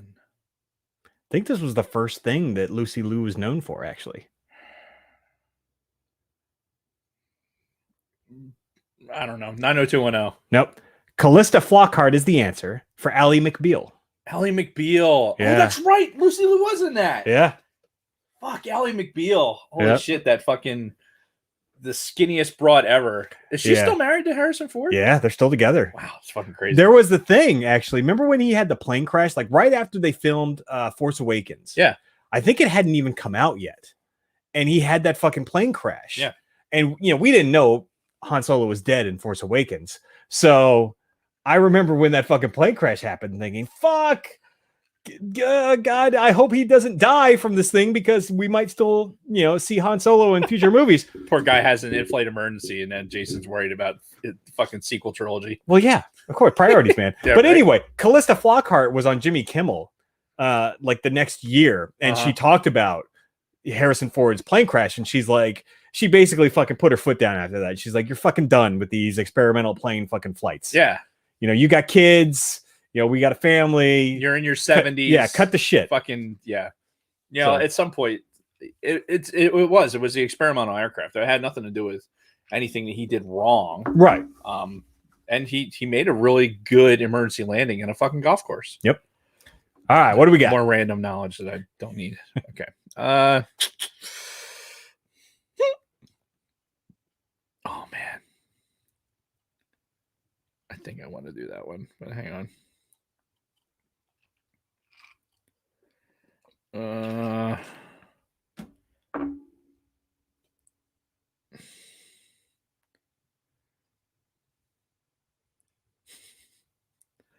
All right, just because this is going to be more entertaining. All right. What Saturday Night Live vet authored a book with the gun buyback idea? Hand in a gun, get a free vial of crack. I'll just say 98. Tracy Morgan? It was Al Franken. Oh yeah, I should have thought about that. Because he became a fucking senator, right? After that, senator or congressman. Either way, two. he was. The other one, the easy one on this was what chip did Intel create as a lower cost alternative to the Pentium microprocessor? Celeron. Yep. Hell yeah. See, I would have gotten that one. Yeah, I know. That's why I didn't ask it. All right. So that was 1998. We're still Dave 1 point, Jason none. Woo! Moving on to 97. Should be 1 point with an asterisk. Yeah. That's fine. We do need waiting music, Kathy. You're right. I'll hum more. Okay. I'm not even going to look at the others yet, but we're going to ask you the sports one on this one. What elective surgery did baseball's Charleston River Dogs plan to give away on Father's Day before public outcry got the idea snipped? Vasectomy. Yeah. They give it away with the snip. I know. I'm like, and I know, as I'm reading, I'm like, oh, fuck. So I thought it was vasectomy up until you said the word snipped, and then I knew it was vasectomy. Yeah. Which, by the way, my friend Brad is a week, post snip, so he's recovering well. He tried to overdo it a couple of days in between. You're gonna learn today. You're gonna learn today not to fucking go out there and overdo it. Yeah. Otherwise, you're gonna be pushing wheelbarrow full of fucking nuts around. Mm-hmm. So he's doing well though. So Lunar Girl has an asterisk, believe it or not, on her copy. Yep. All right. So I should have asked you this one. What tagline did AOL and Kodak dream up for their joint online photo service?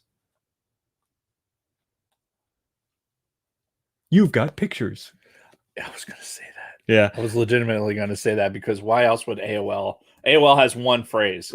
Right. And then the other one I would have asked you was what Oak-Hold battleship celebrated her 200th birthday by setting sail under her own power for the first time in 116 years? The USS Constitution. That's right. Yeah. Nice. Fun fact, you can go, there's, anyway, I don't want to go down that road.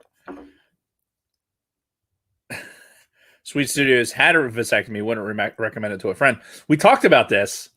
If you're going to do it, you got to go under. You have to go under. Otherwise, it's fucking... Did you go under? No. Yeah, neither did I. Exactly. That's why I'm saying you have to go under. Okay. Oh, I'm going to ask that one after this one. All right. Bronco Fett's going to get that one, so I'll ask that one later. Okay, this is interesting. What do collectors call the cloth tags sewn into the backsides of Beanie Babies? It's 1997.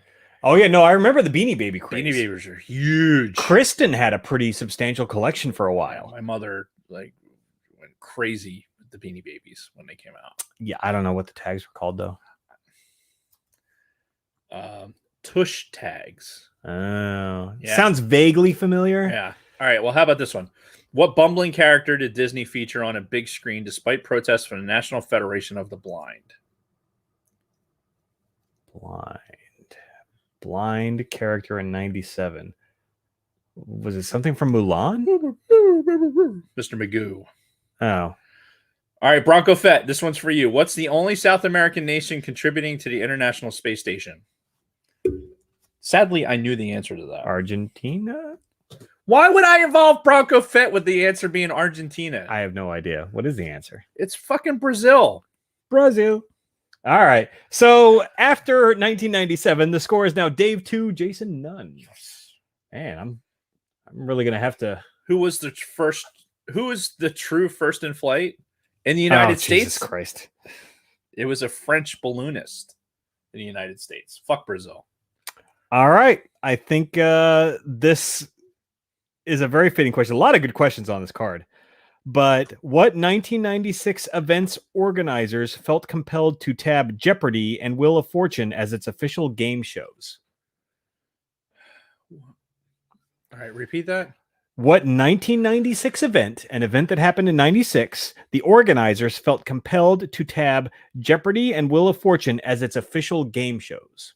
So the game shows changed their format a little bit to kind of brand along with this 1996 event. Woodstock. No, that was 94, wasn't it? I'm not saying shit.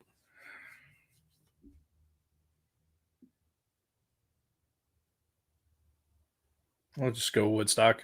The Atlanta Olympics. That would make more sense. Yeah. 96. Yeah.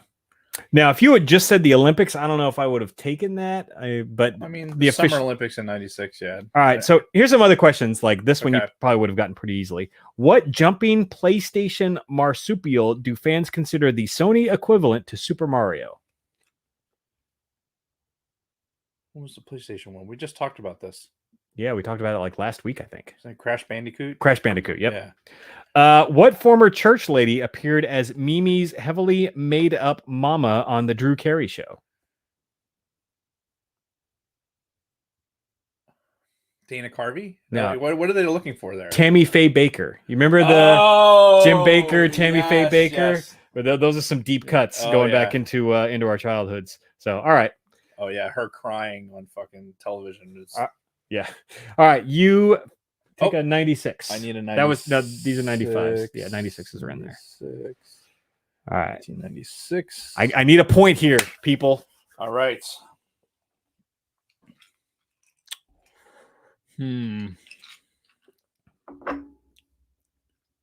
Well, I'll ask that one afterwards.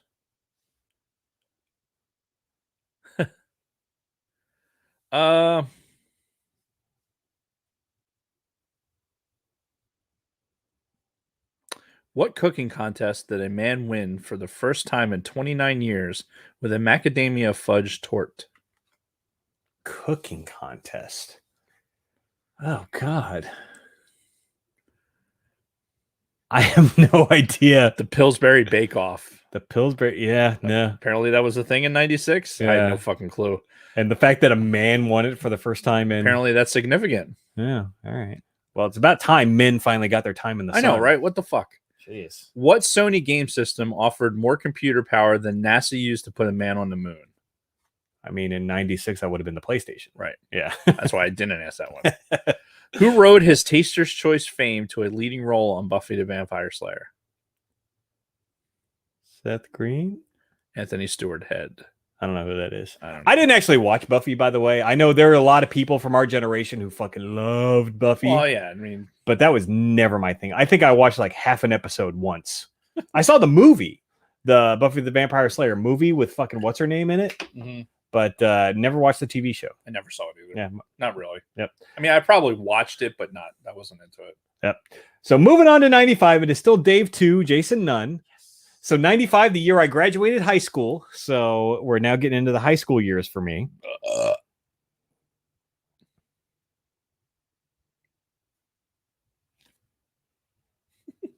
Yeah, I don't think either of us would know that one. Again, this is Stump the Dummy. I'm not asking you the easy ones. Yeah.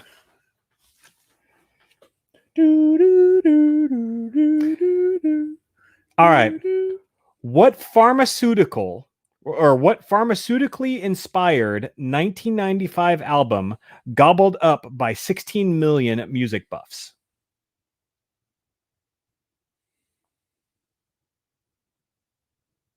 This is 95. 95. What pharmaceutically inspired 1995 album was gobbled up by 16 million music buffs? Don't fucking say anything in the chat. Yeah, used and abused is in the Yeah. Our He's probably like, yes, pharmaceutically inspired. God, I should know this. Going through all of the drug names in my head right now. I'm gonna start a countdown timer. I'm not gonna give you for fucking ever, especially since the chat is eventually gonna spoil it. I'm not looking. I'm not looking at the chat. All right, I'm giving you 15 seconds. I've started a timer. 15 seconds to come up with nothing. I got it. I got nothing. You're gonna kick yourself when you hear this. Probably. Jagged Little Pill. Alanis Morissette. I would have never got there. Really? Oh, dude. I would have never got there. That album was my shit. If you gave back me then. an hour, maybe I would have gotten down to that. Has nothing to do with the album. It has to do with the fact that the title of that album didn't remind me of anything pharmacological aside from the word pill. Yeah. No, that. Yeah, Again, see, Sweet Studios fucking. That album was like, I don't know, man. It was something totally different for the time. Fucking Alanis Morissette, the angry fucking crazy ex-girlfriend, and it resonated with people. Yeah. And that whole album, I fucking loved it. Like I know pretty much that whole album start to finish. Yeah, I bet you I could probably get through that entire album too, just because of it being everywhere. Yeah. Like it was one of those, there was a lot of hits off of that album that played on the radio, especially like on alternative stations, like in 95. Philly area still had Y100 playing Alanis Morissette shit all the time. Use and Abuse is very disappointed in you. I'm sure they are. All right, you're still picking from 95. 95. I gotta get this. This was all right.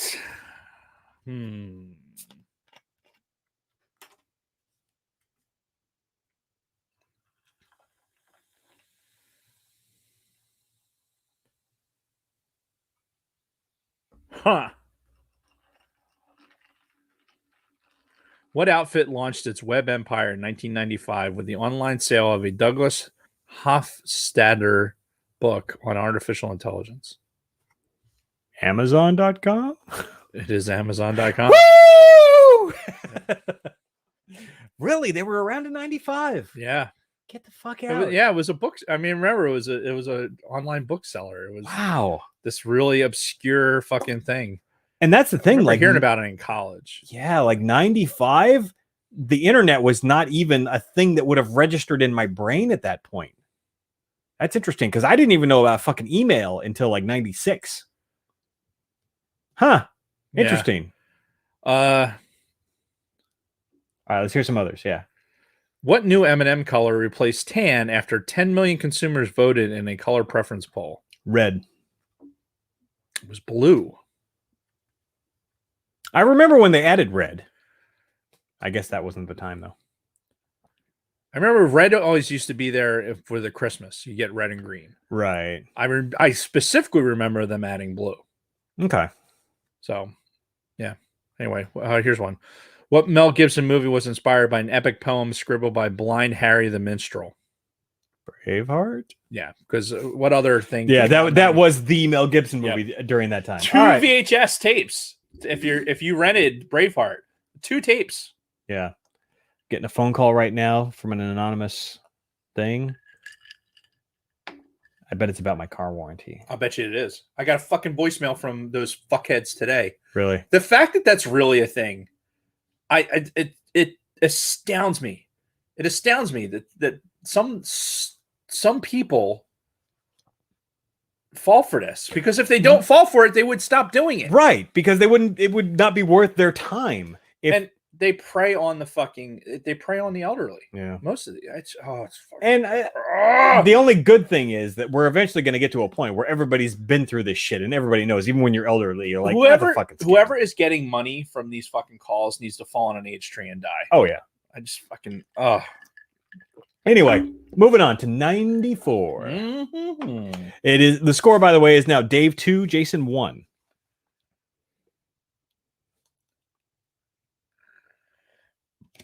While we're waiting, Use and Abuse Pod has a question for us. What is that? What popular 90s heavy metal band started out as a glam metal band in the mid 1980s? That's probably a few. Like I would imagine there's probably a couple that fall into that category.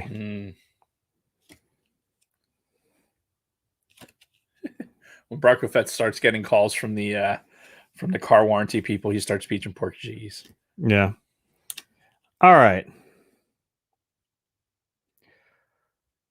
Here's one in entertainment. Who got engaged to Donovan Leitch, Leitch, and Brad Pitt, but not to Ben Affleck?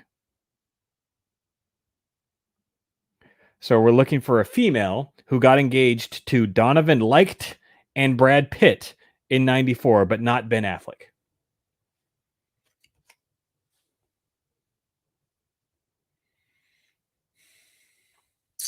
It's a 94. 94.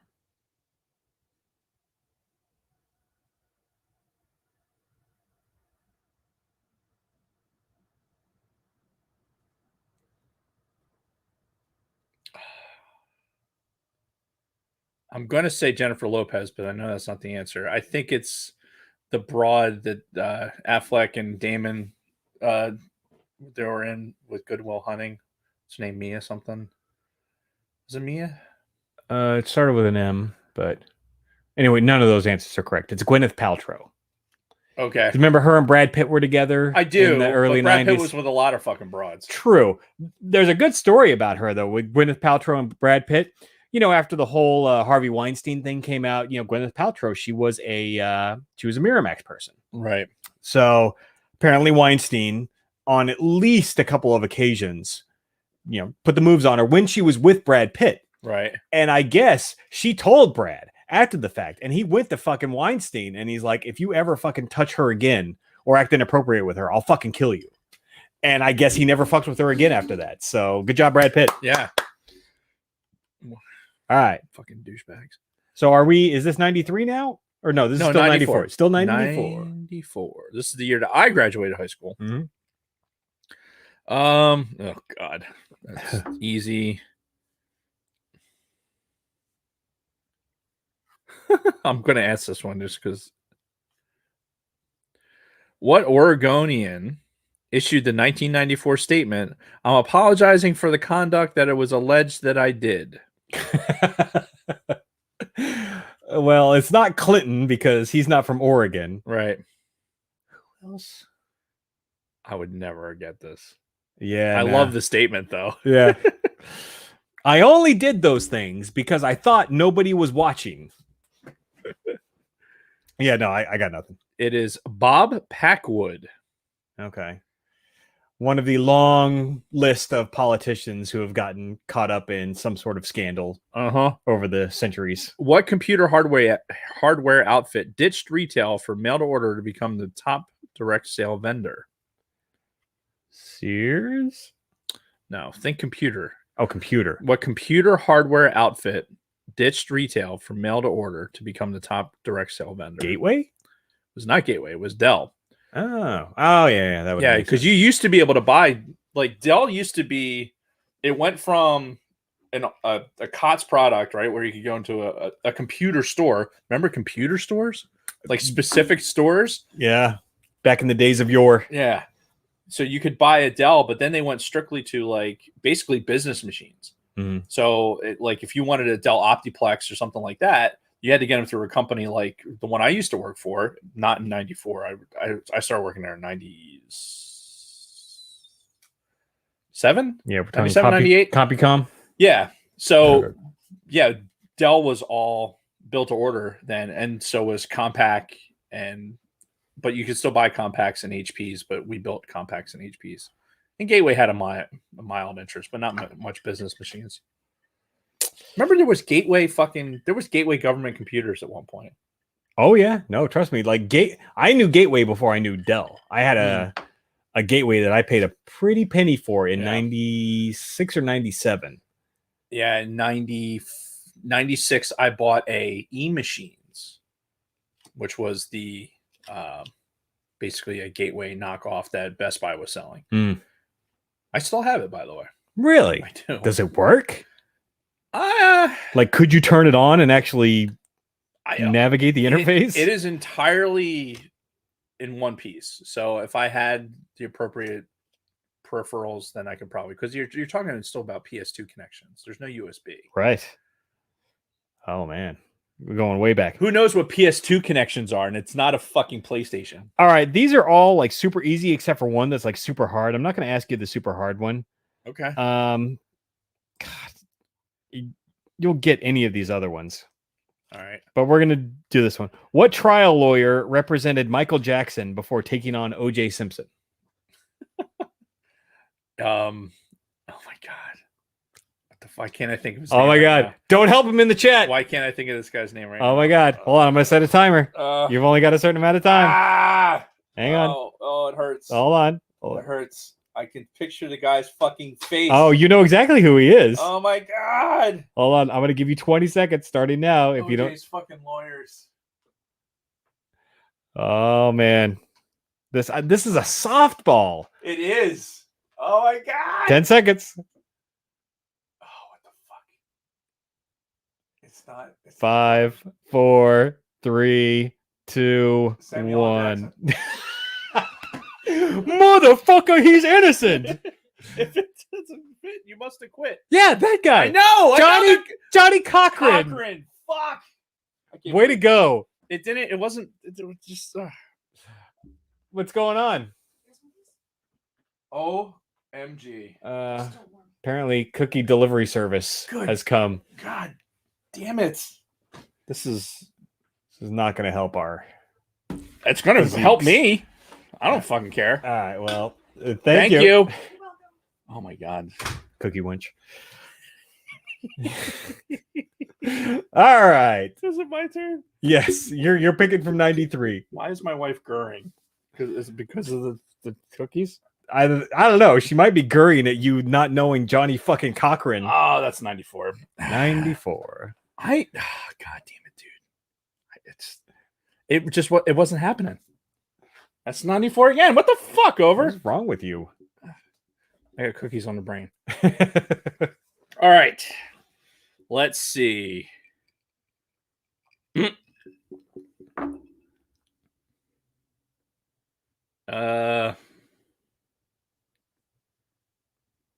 Okay. What physician did F. Lee Bailey argue to have cleared as a co-conspirator in Lincoln's assassination? What? I knew this one. Why was F. Lee Bailey trying to do something with the Lincoln assassination? A physician cleared of the...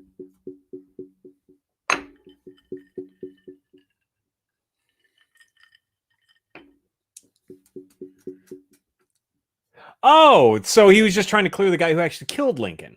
No. No? Well, I mean, is that your final answer? Yeah, I have no idea. It's Mudd. Dr. Samuel Mudd. Yeah, I never would have gotten that. There's a really good book called Killing Lincoln. Bill O'Reilly does these books. So it's like killing MacArthur, killing Lincoln, and stuff like that. They're actually very well written, despite whatever you might think about Bill O'Reilly. And it goes into some detail about how these people were involved. What blue cartoon character did Al Gore's daughter, Karina, come to regret picking for a Secret Service code name? Smurfette. Okay. Yeah, that was just a straight up guess. Like, what blue character would a girl pick? Like, that's the only one I know. Smurfette. Interesting. Probably a more appropriate question for the Escape Pod guys. All right, so that's 93 down. Dave 2, Jason 1. Moving to 92. I didn't fucking get Johnny Cochran. Neither do I. God damn it. That was a really easy one.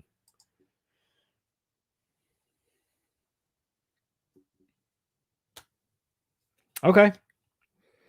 What movie was Spike Lee criticized for urging children to skip school to see on the day that it opened? Malcolm X. Yeah, Malcolm X. That was the Spike Lee movie from 92. Yeah. So. Like, all right. Dave gets a point. 92. 92. All right.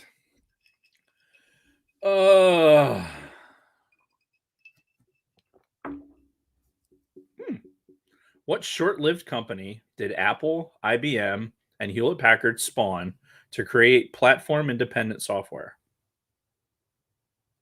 Say that one more time. What short-lived company did Apple, IBM, and Hewlett-Packard spawn to create a platform-independent software? Platform-independent software. This is 1992. Jesus. Short-lived. Sierra? No. Oh. Taligent. Yeah, I have no idea. No idea either. I thought you might know that one though, because you're a knower of things computer based. Yeah, no, not this time. Who spent nearly $200,000 on weapons during 17 months at his Mount Carmel ranch? Ted Nugent? 1992. 1992. Oh, was that the dude that they burned alive down in Texas? In Waco? Waco, yeah. Yeah. David Koresh. Yeah. See, that would have been, I should have asked that one. That would have been a good one. Yeah. How about who in her book, One Lifetime is Not Enough, claims she can't remember slapping that cop? Hillary Clinton? I don't know. Remember Zsa Zsa Gabor? That whole thing, like that was the joke forever. Right. Holy shit. All right, well, that was 92. Yep. Moving to 91. Oh my God, these cookies look fucking delicious. Delicious. Wow.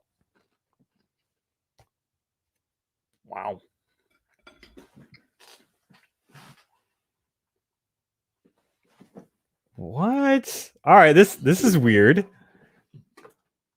What populous nation tried to solve its booming birth rate by the odd tech of hosting the first international conference on orgasm? India. Fuck. How did you know that? I don't know. Yeah, no, I thought that Why did I know that? I knew that entirely too quickly, too. Yeah. Well, it has those, it's just like playing Jeopardy, right? So it has like certain identifiers that you can start, like here's these qualifiers. Mm-hmm. Populous nation, it's got to be either China or India. India has the what the hell is that called? The Kama Sutra. Yeah. Oh, India, right. So that's 2 and 2 together. All right, another point for Dave. Here's one I would like some context on. What Pennsylvania city was the first in the U.S. to boast a blood-mobile for dogs? I mean, Philadelphia? Well, Philadelphia is the answer. Like, do you remember this happening? No. This does not sound familiar to me at all. No. And you're the Philly guy, so. Nope. All right, fair enough. And look, Philly in the 90s, not a good place. No? It really wasn't. Kind of like New York City? A lot like New York City. Where you don't really want to go walking around at night and... Fair enough. The irony is that when I was that age, like we're talking about 90, 91, 92, 91, yeah. Go with my dad into 2nd and Chestnut, which is basically Center City. Mm. And I'd ride my bike all through that area. But the historic district was okay. But once you started kind of drifting forward and after that, not good. At what point did they start cleaning it up? It was like the late 90s, honestly. It was the mid to late 90s. Honestly, a lot of it had to do with the, like they did a lot of this urban redevelopment. And I remember when Liberty One, like when the skyscrapers, like when businesses started to look at Philadelphia as someplace they wanted to be, then things started to change. Like that had this this effect on everything else. Oh yeah, it's a strange thing that'll happen when money comes into play, right? Exactly. Funny story. Another sidebar. First time I ever went into Manhattan, New York City. The guy that I was with, he was a New York guy. He was kind of taking me through. We were actually just going through New York to get onto another train to go up to upstate New York to his family's house for a Thanksgiving. This was like the first Thanksgiving I spent in the Air Force. No family or anything. Dude's like, I'm going up to my family's for fucking Thanksgiving. Want to come with me? So I'm like, yeah, sure. This was Jim, by the way. Anal Jim. Huh. You met Anal Jim's family? Yeah. Oh my God. Anyway. And, he was a New York guy, and he told me, like, when we were going through Manhattan, he's like, don't look at anybody. Don't make eye contact with anybody. Just fucking look down and just walk to where you're going to walk. I'm like, that seems so weird. But I guess that was New York City in 96. Yeah. So. Oh, Philly was the same way. It was not, outside the historic district in Philly, you didn't want to be walking around. Mm-hmm. You got to where you needed to be, and that's it. Yeah. Okay. What NBC soap opera outlasted the spinoffs Somerset and Texas before ending a 35-year run? This is 1991. Dallas? Mm-mm.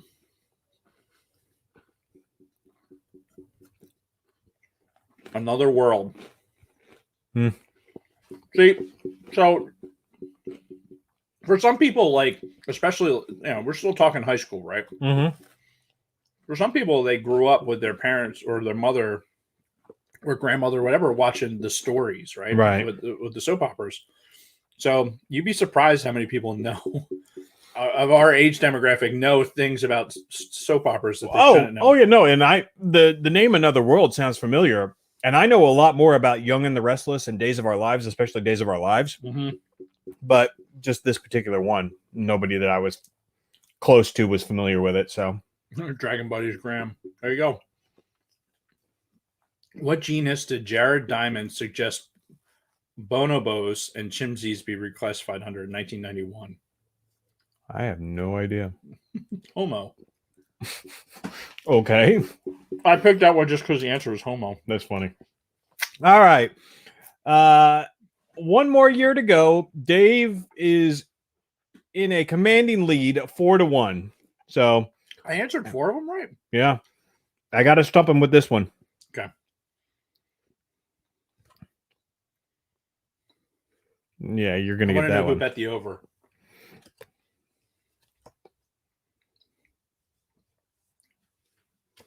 Okay.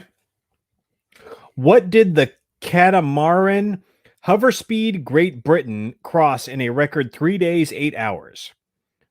So it is a vessel titled Hoverspeed Great Britain, and it crossed this in a record 3 days, 8 hours. I mean, the obvious answer would be the Atlantic.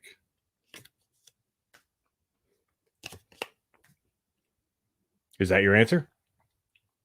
3 days. And a catamaran. Yeah. Yeah, no, you're right. The Atlantic. Another point for Dave. There's some pretty easy ones in this one. What was the first company to sell more than $1 billion in personal computer software in 1 year? Microsoft? Yep. What 1990 film had the working title $3,000, the going rate for a high-class escort? Pretty Woman? Mm-hmm. So, there you go. All right, last one. All right. This is the last one? Uh-huh. This is 90? Mm-hmm. All right. All right. Here we go. I mean, I'm Dormy, right? So even if you get this one right, I still win. Pretty much. Fair enough. All right. Oh, I have to ask this one. All right. What cartoon duo's theme song promises they fight and bite, they fight and bite and fight? Bye. The Itchy and Scratchy Show. Yep. All right. What Nintendo hero was more recognizable to kids than Mickey Mouse or Bugs Bunny by 1990? Oh, Mario, obviously, because by 90, the Nintendo was everywhere. Yeah. Fun fact: today, instead of going on social media while I was taking my poos, I had the Game Boy Pocket out playing Tetris. Oh, nice. Yeah. That's funny because I was playing Tetris earlier today on the NES. Oh, shit. Get your finger in there. Medic. You're not afraid. What just fell? Oh, I never plugged my fucking laptop in. All right. So that's a point for me. See? I actually have two of these. For Yeah? some reason, I have two of this. Like, this is one of the original one that I got, right? We got to have a backup. Got my name etched in it. Yeah. Apparently, and each one, like, there's one of these that's situated in my bathroom. So that if, like, my phone's dying or something else and I need entertainment, I can pull this off the shelf. And I've got... Does it also have a Tetris inside? Yeah. So you've got 2 copies of Tetris and 2 Game Boys. And 2 Game Boys. Of the same one, the blue one. I can respect that. Yeah, but I don't know how it happened.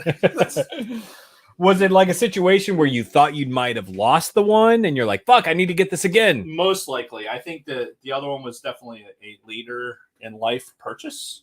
Right. Because I had one that was missing a battery cover, and I remember going on eBay to buy a battery cover, but I thought it was for my original one. Turns out the original one's the original. Right. So anyway. So that is it. I am the victor. Yes, the final score You had me winning. Yeah. And you can't even blame the one giveaway in the chat because Dave won 5 points to 2. So yeah. I'm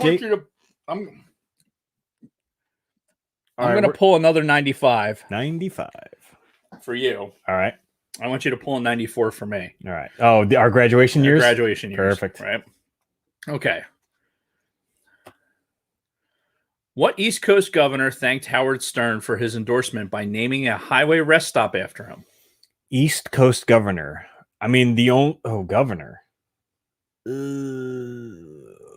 I didn't know East Coast governor is like my first thought was like Giuliani, but he was the mayor. All right. Of New So York. I'm going to help you. Okay.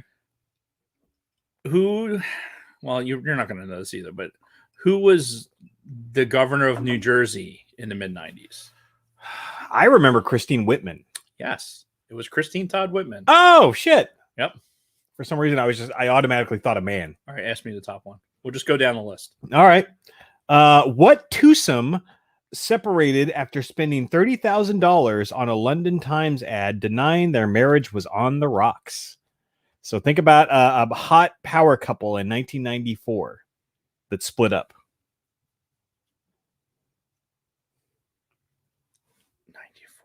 94.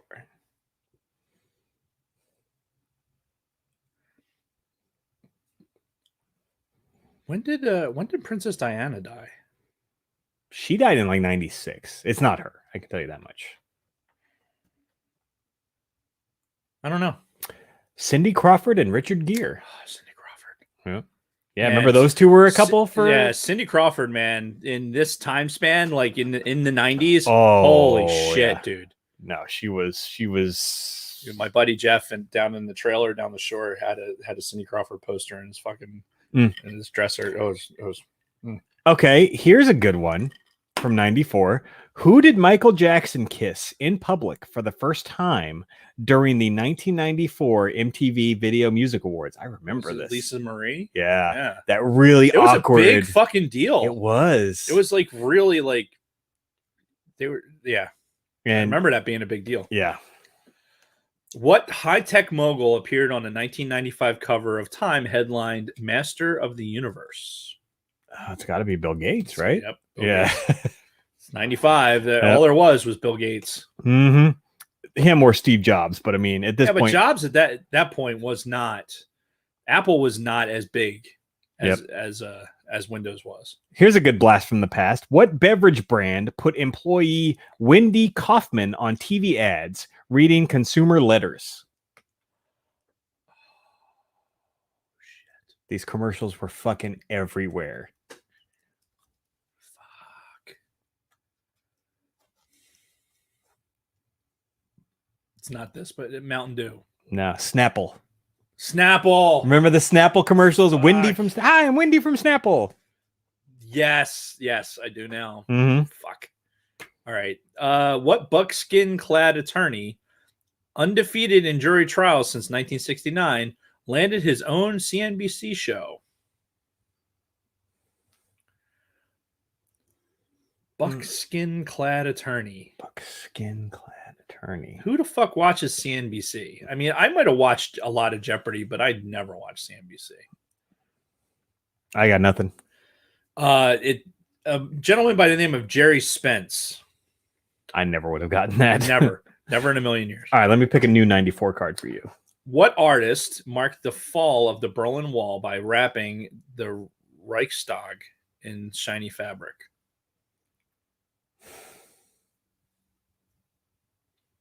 Rapping in 95? Yeah. About the Berlin Wall? Yep. See, and I'm surprised, like, as we were going through this, like, Berlin Wall didn't have, like, come up more. Yeah. Because what's interesting for us as Gen Xers, right? Like, we were in high school when the wall fell. Yeah. Right. And it's one of those pivotal moments in history. Right. Like, and I really wonder in today's, like, in school today, like, is it not far enough in the past for people to really take seriously, like, how serious the Cold War was? Because me, having lived through it, I feel like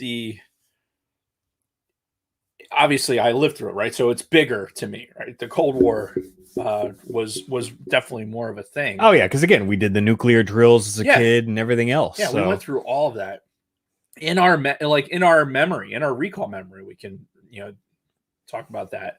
And I remember that, like, having an East and West Germany was a thing. I still see cars, like I see BMWs. There's have WG on them because there was a dealership in PA that their initials they wanted it to be West Germany, but they put WG on their vehicles. That's crazy. Yes, and I still see that, and I think I know immediately what that is. I don't. And see, when you talk musically about the Berlin Wall falling, the thing that I think about is the Scorpions' "Wind of Change," the song "Winds of Change," because during the music video for that, they show scenes from the fucking Berlin Wall coming down. I remember it was just craziness was happening, and being old enough to appreciate it. Yeah, but I have no idea who the fucking rapper is. Christo. Who the fuck is that? I don't know. I'm just asking the question. I don't know the fucking answer. Yeah. Go ahead. You're up. Let's see. What tech company boasted of its global reach with a solutions for a small planet ad blitz? I would say AT&T. Tech company? AT&T. IBM. Okay. Solutions for a small planet. I remember that. Yeah, you got to remember, AT&T and Bell Telephone were the forefront of everything back in the day. That is true. You're talking about shit in physics, like some of the things that they did with microwave technology and the tests that they were running to make sure that the fucking telephone lines didn't have excess noise. There were groundbreaking experiments in physics. Yeah.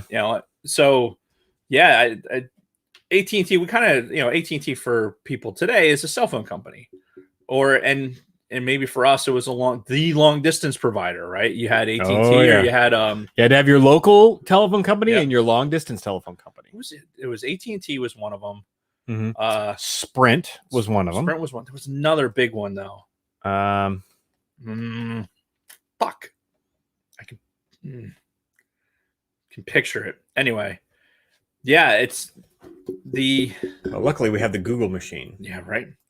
That it's just one of those, again, underappreciated things. Like, the phone company was leading these technologies. That we honestly, without them, the internet wouldn't be what it is. Like, bandwidth wouldn't be what it is, because how do you think all of this data is being transmitted over?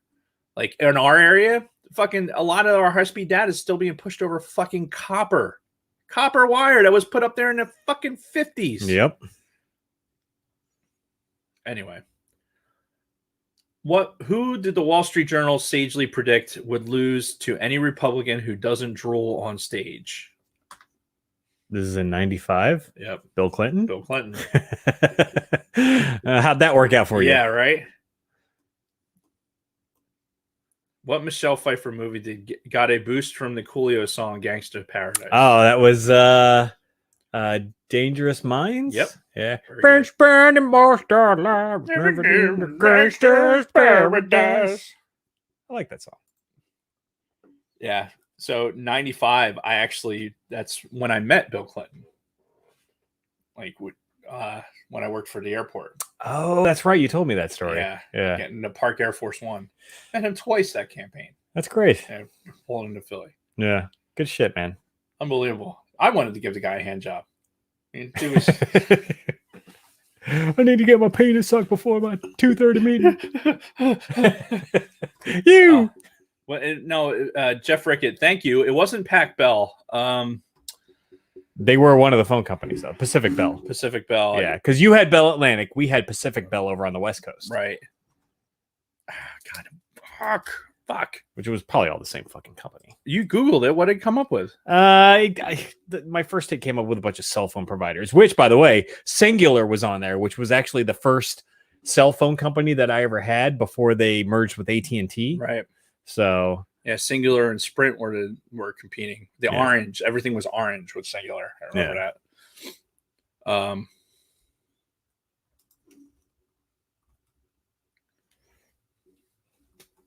Riveting for the audio listeners, I'm sure. Hang on, you probably read this exact thing. MCI. It was MCI. That's what I was trying to come up with. Thank you, Google. I think Sprint, they were the ones that did the 10 cents a minute deal where they had all the commercials. Like, look, they had a handful of dimes. And look, I can talk to my family for 100 minutes, 1 minute, 2 minutes, 3 minutes. Oh, God. Yeah. Again, craziness to believe that at some point we were worried about, like, if we called outside of our area code, that it would cost money. Yeah. Because now all that shit's included. Yeah. Oh, yeah. For the price of a smartphone. Yeah. So, anywho, that's enough of me embarrassing you playing Trivial Pursuit. Yeah, is the end of the episode. So again, Dave is our new Trivial Pursuit champion until we do this again. Yes. So we do the 80s one, and then Dave's going to suffer horrifically. I don't know. I looked at a couple of those cards. I'm like, fuck, I don't know any of this shit. So we might both. The true episode of Stump the Dummy. Yeah. So thank you, everybody who's still with us. And again, 2 weeks from now, we are officially converting to the Sidebar Cantina. There will be no more From a Gen X Point of View as a standalone podcast. We're merging all of our brands into one, combining into the Sidebar Cantina. If you're watching on the Gen X POV YouTube, please go to the Sidebar Cantina and subscribe to us there. That's where we're going to be broadcasting exclusively within a couple of weeks. Same for the audio podcast. If you're listening on the Gen X POV feed, go search for the Sidebar Cantina and subscribe there. Yeah, and there's still people that are watching us on Facebook too. We'll be providing links for a Sidebar Cantina to go live. Like as it stands right now, the Sidebar Cantina is a private Facebook group. That's been our catch-all for years for like kind of the insider thing. Mm-hmm. So we'll make a more public Sidebar Cantina that we'll be streaming to as a page, right? As our normal, like if you wanted to watch the show and you're not on the YouTube or not interested in that, then we will provide that for you. Right. So I'm gonna write that down so I'll remember to do it. MCI calling cards, that was the big thing. Oh, you remember like phone cards? You had to have a fucking calling card. Like if you went anywhere, like even if being in the military, especially. Oh God, that was the thing. Like I spent hundreds of dollars on fucking phone cards. Yeah. My first year in the military. Yeah, because if you relied just on a morale call, you'd get to talk once a week. Yeah, if you're lucky. Mm-hmm. Morale calls. Oh yeah, good times. Anyway, what were we talking about? Oh, so we're talking about media. Yeah, social media. Again, Instagram is one of the biggest places you can follow us at Gen X POV, at All Things Star Wars Pod, at Sidebar Cantina. We're on all of those. We're broadcasting. Well, our social media director is broadcasting to all of those simultaneously as she does. So thank you, Lunar Girl, for that. On Facebook, We are in the private Facebook group, the Sidebar Cantina. You can join us there if you want to chat with us, Facebook style. Right. Otherwise, if you wanted to have a detailed look at when I actually take a shit, and you go into Sidebar Cantina, because most likely if I'm posting something, it's because I'm taking a shit. Yeah, good stuff. And follow all of our friends. We've got a lot of friends, a lot of people that are part of this network that we've kind of built. The Escape Pod guys, ATSW presents the Escape Pod. Search them up. They're on YouTube. They're on audio. They're everywhere. This week they're doing a like a fan-driven show where it's going to be like all their patrons are all the patrons are going in. I may make an appearance nice. during that time frame, so we'll see. Excellent. Follow Used and Abused, our good friends Scott and Kim. They do their own show, again, YouTube audio podcast. Just search the Used and Abused podcast and you will find them on there. Make sure you leave a message that the 49ers suck. Don't do that. Oh, you should totally do that. Our good friend Nick, who does Swede Studios, Tactical Swede, all of the Swedes, he is on YouTube. Follow him. He just opened up his t-shirt store this week. TeePublic. And I bought one. I've got a new tank top en route with Swede Studios. Nice. So where's your podcast? For our podcast, where's your tank top? It must have gotten lost in the mail. So who else? Who am I missing? Layman's Terms on Facebook. Yep. Get in there and get her done with him. He just did something recently. He does a lot of Magic the Gathering stuff. Yeah. And honestly, what does he say? The drunken ramblings of a madman. He is the layman. So go find him. Who else are we forgetting? We're forgetting somebody. We always do. Yeah. If only we had this shit written down. I know. Go to TeePublic. All of these things that we mentioned, aside from probably maybe Keith doesn't have one yet, but he should probably do it because it's free and it's easy. Go to TeePublic, search for our podcast, From a Gen X Point of View podcast. You'll be able to find our current merch, such as I'm sporting right here and Jason is not. And we have other stuff too with the logo, and we'll be working to actually get that URL shifted to something else. More to follow. And honestly, look here, I'm gonna crowdsource a little bit some new ideas. Okay. From the listeners for t-shirts and shit, because honestly, anything that you can come up with, we could feasibly put on a shirt. Sure. So as long as it's not trademarked or anything like that, if you design something that's specific to the show, I don't see any reason why we couldn't put it up on the thing for sale. Mean, we could get one like the Ice Winch Cometh, where get a silhouette of Kristen chucking fucking ice. That's brilliant. I'm so glad you said that out loud so that we can use that. Yeah, anything you can come up with for a t-shirt idea, throw it our way. If we like it, we'll make it into a shirt. What the fuck? It doesn't cost us anything. Yeah. To put something out there, and I think it would be fun. It would be fun to get some. There's some artists out there. I mean, like Wally Frogmore with your fucking Titanic picture. Oh yeah, he hasn't. I'm still waiting for that, by the way. I'm waiting for the paint me like your fucking French girls, Jason Roscom, Fever Dream. I'm sure he's on it. I'm sure he's working on it. So I want that, and I will make that into a t-shirt, even if I have to put fucking the ATSW logos on the fucking on the nipples. I'm going to do it. Well, I would imagine you don't have to cover up male nipple. It would be funnier just to do it. Yeah, put your fucking put tassels. Jesus. Well, that's up to Wally. He's the artist. So. Yes, or anybody.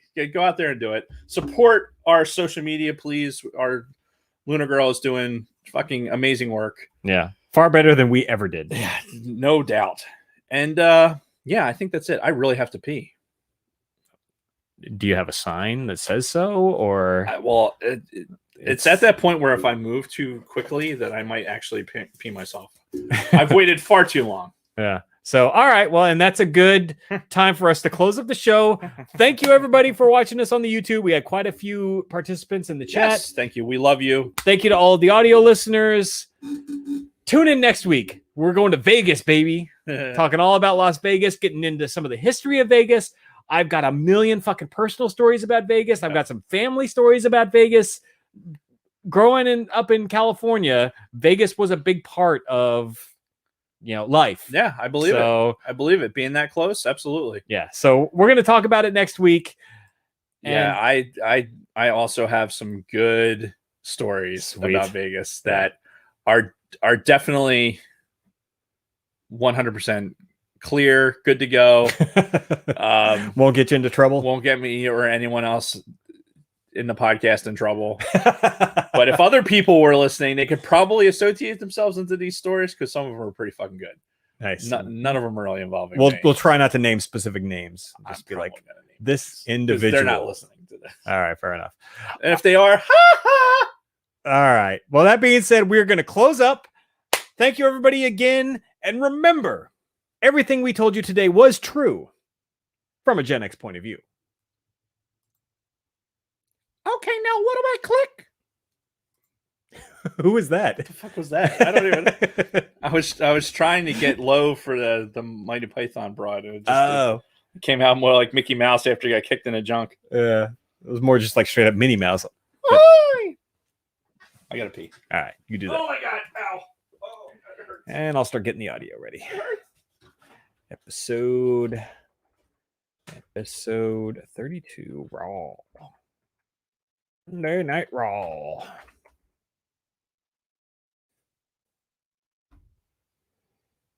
Remember when Monday Night Raw used to be good?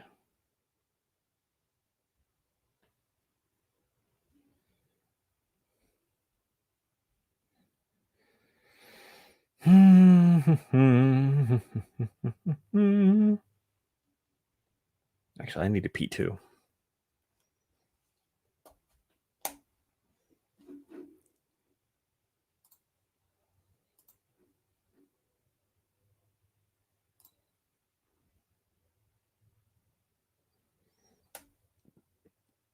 Show off some muscles while we wait for Dave to get back.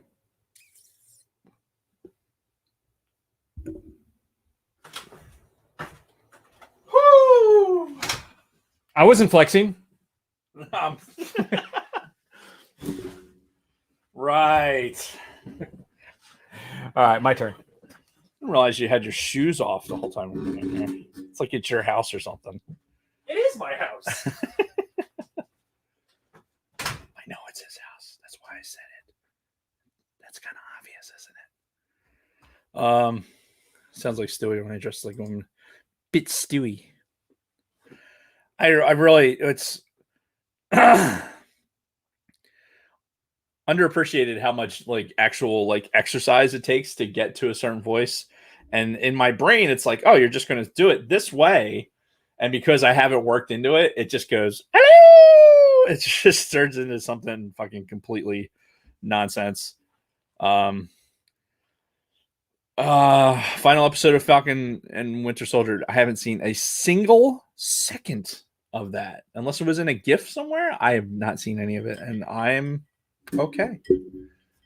I'm going to continue on without seeing it, because let's face it, I don't have any connection at all to the Marvel stuff. I really don't. They could be the best movies ever made, and I really don't care. I just have zero. There was somebody like right there. Was there? Next door as I was pissing, yeah. Were you flexing? I was trying to hide. No, I was. Bronco Fett asked about who saw the final episode of Falcon and Winter Soldier. I haven't seen a second of it. I haven't watched either of the Marvel shows, honestly. And I think I said this on the podcast before. I feel like the last Avengers movie, Endgame, that was a perfect stopping point for me.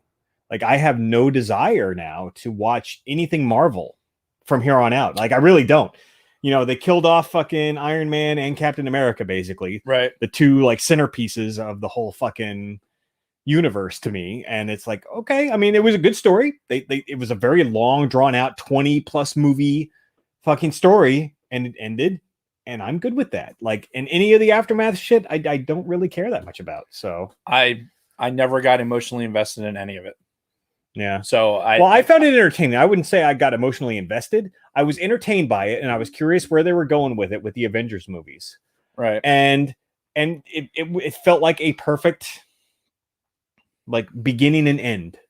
I started with the first Iron Man, ending with Endgame. I feel like what they did with the Marvel stuff, and maybe this is coming from an outsider, right? Mm-hmm. But I feel like based on the people that like it and follow everything, to a person, I don't think anybody would say that it was bad. Like, it wasn't a good representation of what it was supposed to be. You know what I'm saying? Are we talking just the whole Marvel Cinematic Universe? Yeah, the whole MCU. Yeah. Like, when we're talking about like up until Endgame, right? Yeah.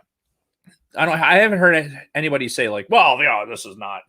Like, you get Star Wars people, right, with the sequel trilogy. Like, the shit that happened with the divisiveness of the fucking Star Wars community with these movies, you didn't get that with the Marvel Cinematic Universe. No, not really. And I mean, like I said, for me, I just don't have the bandwidth for it. I really don't. I mean, it's not that I hate particular things or like something even more, except for Star Wars, obviously, but it's just, I just don't have the bandwidth for it. Yeah. And it's a lot. I saw, what did I see? I mean, we talked about this before. I've seen like Iron Man. I enjoyed Iron Man. Oh yeah. Robert Downey Jr. He's fucking great. Yeah. I saw Captain, I saw one of the Captain Americas. I saw the one with the big fight sequence in the airport. What one was that? That was fucking Civil War. Civil War. Did you and I see that together? Maybe. I don't know. I know I saw it. Yeah, I'm pretty sure you and I saw that together because I know we saw Batman versus Superman together, and it was like, ugh. Sorry, man. So poor like Jason. to make up for it, I think we went and saw Civil War. Be like, all right, maybe this one will be a little bit better. You know what? It was entertaining. Yeah. It was, but I didn't have any huge desire. I'm also the same fucking pussy that doesn't want to watch the Rise of Skywalker again because it's the last movie, right? Have you still not seen it since we saw it in the 4D? Mm-mm. Really? Wow. Nope. That's crazy. Yeah, I don't know when I will see it, honestly. Damn. That's weird to think about. Yeah, but there's, like I said, it's not a disdain thing. It's just a very it's an emotionally driven decision. Sure. Yeah. I just don't want to do that again. I just don't want to do it to myself again. Yeah. Again, it has nothing to do with thing we've been pretty outspoken about.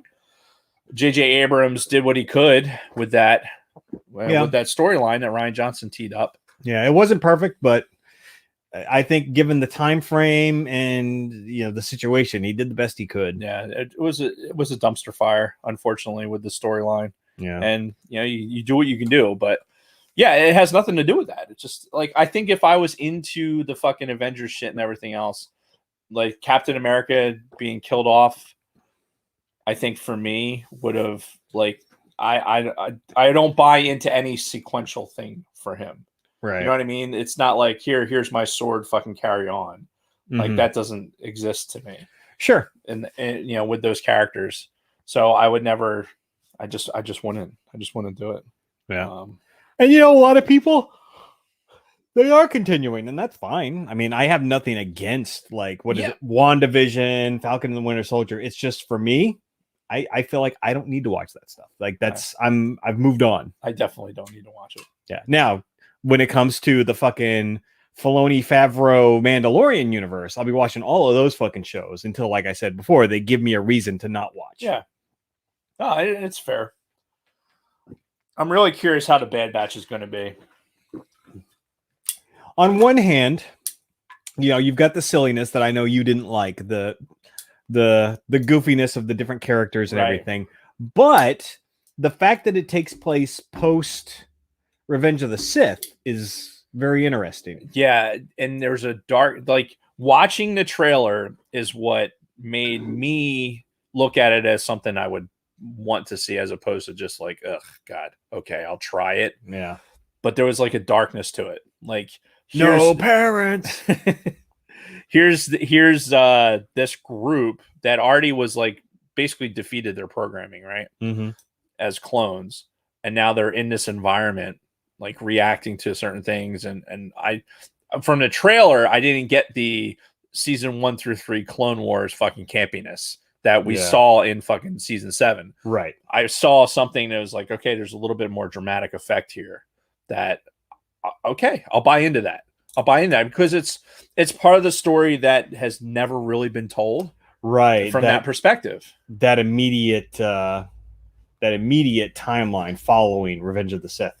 Oh, speaking of which, let's see if I can remember how to play this for the audience that's still with us. Well, you're setting up. Don't worry, Dave. Kim and I haven't watched Rise of Skywalker since we've seen it in the theater. Wow. I'm with you. Is it? And then Lunar Girl was yesterday years old when it dawned on me that Jon Favreau starred in an episode of Doctor Who. I've seen that episode at least a dozen times. I'm not a Who person. No, I never got into it. My daughter had a Doctor Who phase. Yeah. But it was, all the newer Doctor Who's. Okay.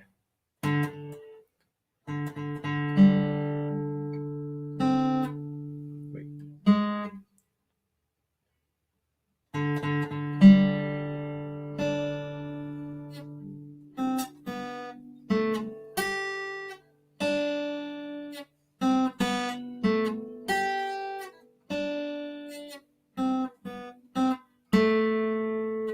Right. Just one more time. Yeah.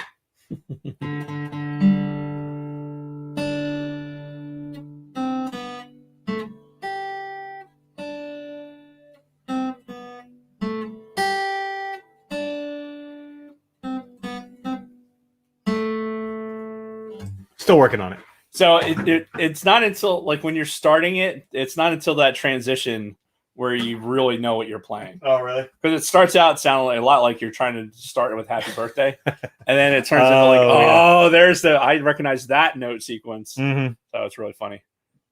Oh, and Lunar Girl corrects herself. It was Filoni, not Favreau. No. And then she corrected herself again.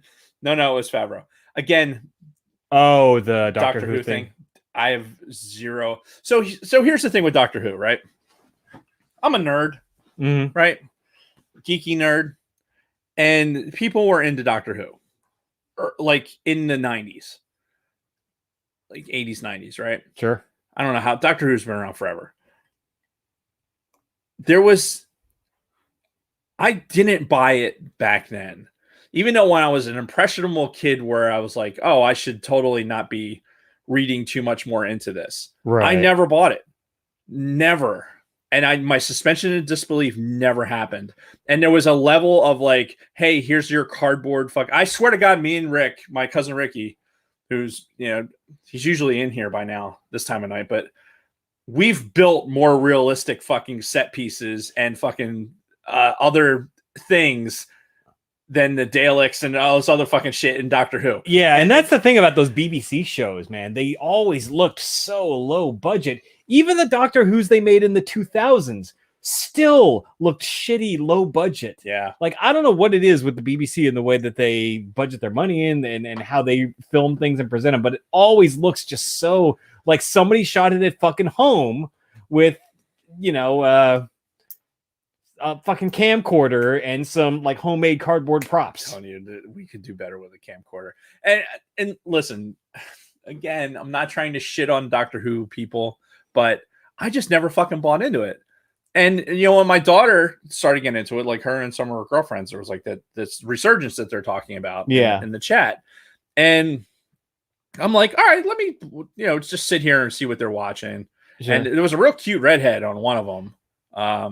I forget who that character was, but otherwise, again, no needle movement at all for me. And maybe it's not geared toward me. I don't know. Yeah. But I'm also the same person that unless it's Star Wars, I am trying to apply my extremely limited knowledge of fucking physics I'm constantly trying to get my brain bigger with fucking astrophysics shit. I'm in the middle of another book about it, honestly. Nice. And it's a giant fucking nerd book that I've had to restart several chapters because I got lost. I got lost in. It's like, wait, what the fuck were they talking about? Yeah.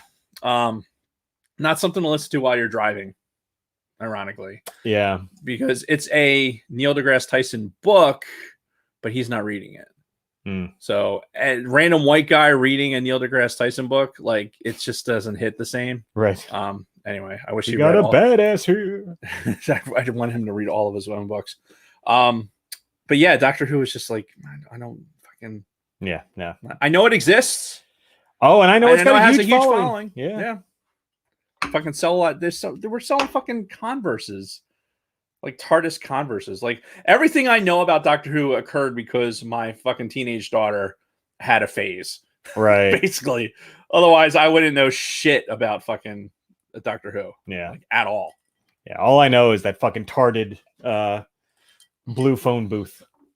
TARDIS. Same thing. You can't say tarded. It's bad. It's a bad word. Whatever. Especially the re part of it. When have I ever given a shit about what other people think of what I say? When will then be now? Soon. They are a country the size of California. This is Escape Pod talking about the BBC. Why the BBC sucks. Oh. Well, and because people in Great Britain, don't they also have to pay a tax to watch television out there? Oh God, do they? I think so. I think there's a TV tax. Like I want to, again, I could be completely making this up and it could be a different country, but I'm pretty sure that at some point they had like vans that would drive around with receiver antennas to see whether or not you're like that household is watching television over the antenna. And if they are, or aerial as they would call it, and if they are, and they haven't paid the appropriate tax, they get fined. Picture like an ADF.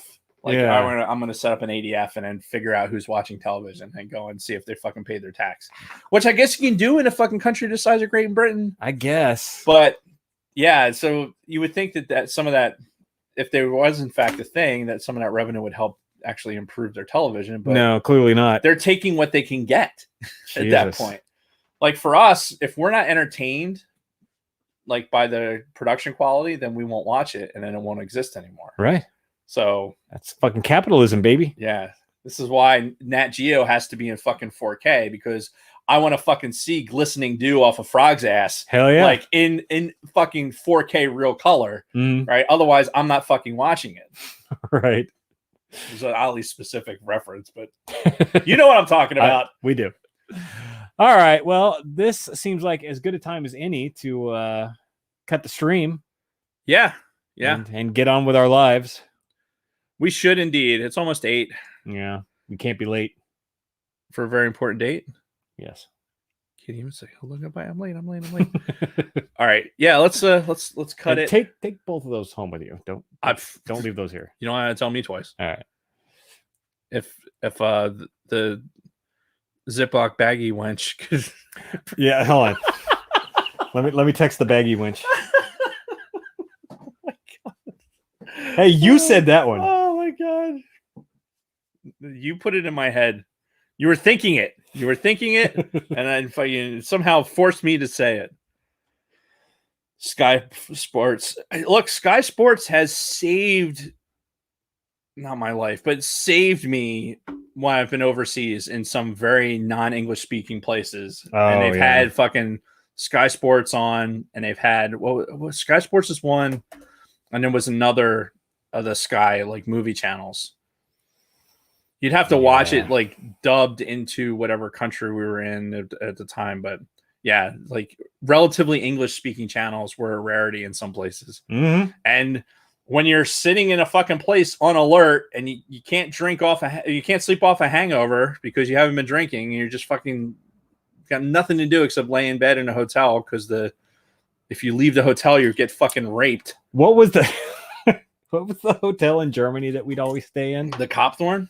Well, it used to be called the Kopthorn. Yeah, it was across the Stuttgart. Street. Yeah, it was across the street from the mall. There was a different name for it the times that I would stay there.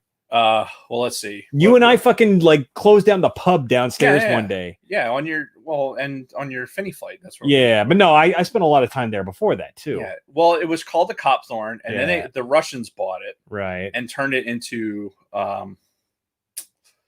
Had that crazy lighting in the rooms. You could do the red light in the fucking rooms. Yeah, it had all the weird like sex things. On well, and that was the thing I was going to bring up. They had fucking porn on just the regular fucking TV. Oh, that's Germany. Yeah, you could just turn it to specific channels on the hotel TV and just porn right there. You're not paying for it or anything. It's just there. What the hell's the name of that fucking hotel? So when I started with the unit, we were going there, and it was the Millennial or the Millennium. Something like that. Same shit downstairs. Like, saw the Irish pub. Yeah. You know, the club down the way. Yeah, the breakfast bar was fucking banging. Yeah. Always good fucking breakfast there. Yeah. Well, that was the thing about a lot of the hotels we'd stay at overseas. Like, they all had really good breakfasts. Well, yeah, because you worked in fucking DOX. You know, like, if we're gonna find a fucking place to stay, if we have a say in it, and it's on the embassy's approved list. Yeah. So that we don't fucking get raped. Yeah, I will say that the best hotel food I ever had was that place we stayed in Indonesia. Was it Indonesia or Malaysia? It's probably Malaysia. Yeah, there was an incredible fucking buffet in Kuala Lumpur. Yeah, at that fucking like that beautiful hotel we stayed at there. Yeah. It was the one that got bombed like a month after I was fucking there. It was the Marriott. Yeah, they got bombed, and some of the fucking footage of the explosion was inside that fucking diner. Yeah, I know. I've been in the same hotel. It's fucking, it's scary. So that was Malaysia, not Indonesia. Okay. No, that was Indonesia. Okay. That hotel was Indonesia. Yeah, because that's the one I was thinking of. And the one in Malaysia is the one that had the butlers. Remember, they had the little like the concierges. You've been in Kuala Lumpur. I have, yeah. Yeah, remember that you could get like fucking fresh orange juice and shit in the morning. Like they had like a little manservant that would deliver that's right. Yeah. Oh God, see, this is the kind of shit that makes me miss, traveling. As much as I was fucking burned out by the end of that, like those were the moments that made it worth it. And again, for all of you that are listening to this, going like, "Oh, well, we lived a charmed life." Don't get me wrong. Yeah. However, we stayed in a lot of places that were not so great. Right. And the Dormero. Yes. Yep. I stayed in that hotel enough. I literally went through 3 naming conventions. Nice. Actually 4. It was something before the Millennial. Yeah. But I also the shit that we had to deal with, the fucking long hours, like literally I was on a 22-hour flight nonstop. Mm-hmm. We were in the air for 22 fucking hours, double air refueling. Yeah, 23 and a half is my record. Yeah. 23 and a half on a double AR. Yeah. Going nonstop from fucking... I was probably on that one. It was DC to Cambodia. You weren't on that one. No? Because you and I have been to Cambodia together. Mm-hmm. So... It was that big exercise in Cambodia. Okay. Liam was the other radio. Well, so I was in Cambodia with you and Liam. I don't think it was an exercise, though. No, it was a big exercise. Yeah. Anyway, it was the one where I went to the thing. Angkor Wat. Yeah. Yeah. No, I was on that one because I didn't go because there was no way I was flying on a fucking foreign airline. Oh yeah, I did it. Yeah. No, I was on that one. Yeah. So that was 23 and a half, dude. I have it in my log. Okay. Yeah. There was another one. So I was looking. I actually was looking at my logbook fairly recently, and there was another where we missed the fucking AR, our second AR. We had to divert in Okinawa, like where we're running the fucking ditching. Like we started running the ditching checklist. Yeah, that was with fucking Carrie. The fuck was that commander's name? Gentry. Oh yeah, Gentry was on it, and it was a fucking plane. We had a plane full of fucking people, and a fucking 1A1 pulled our tanker, and we fucking on fumes, dude. Fucking less than 5,000 pounds of fuel we landed with. God, that's how fucking tight it was. Going into an island, and there's nothing else. That was it. Yeah. One time, you had one fucking approach, and we fucking. Oof. God, that was fucking scary.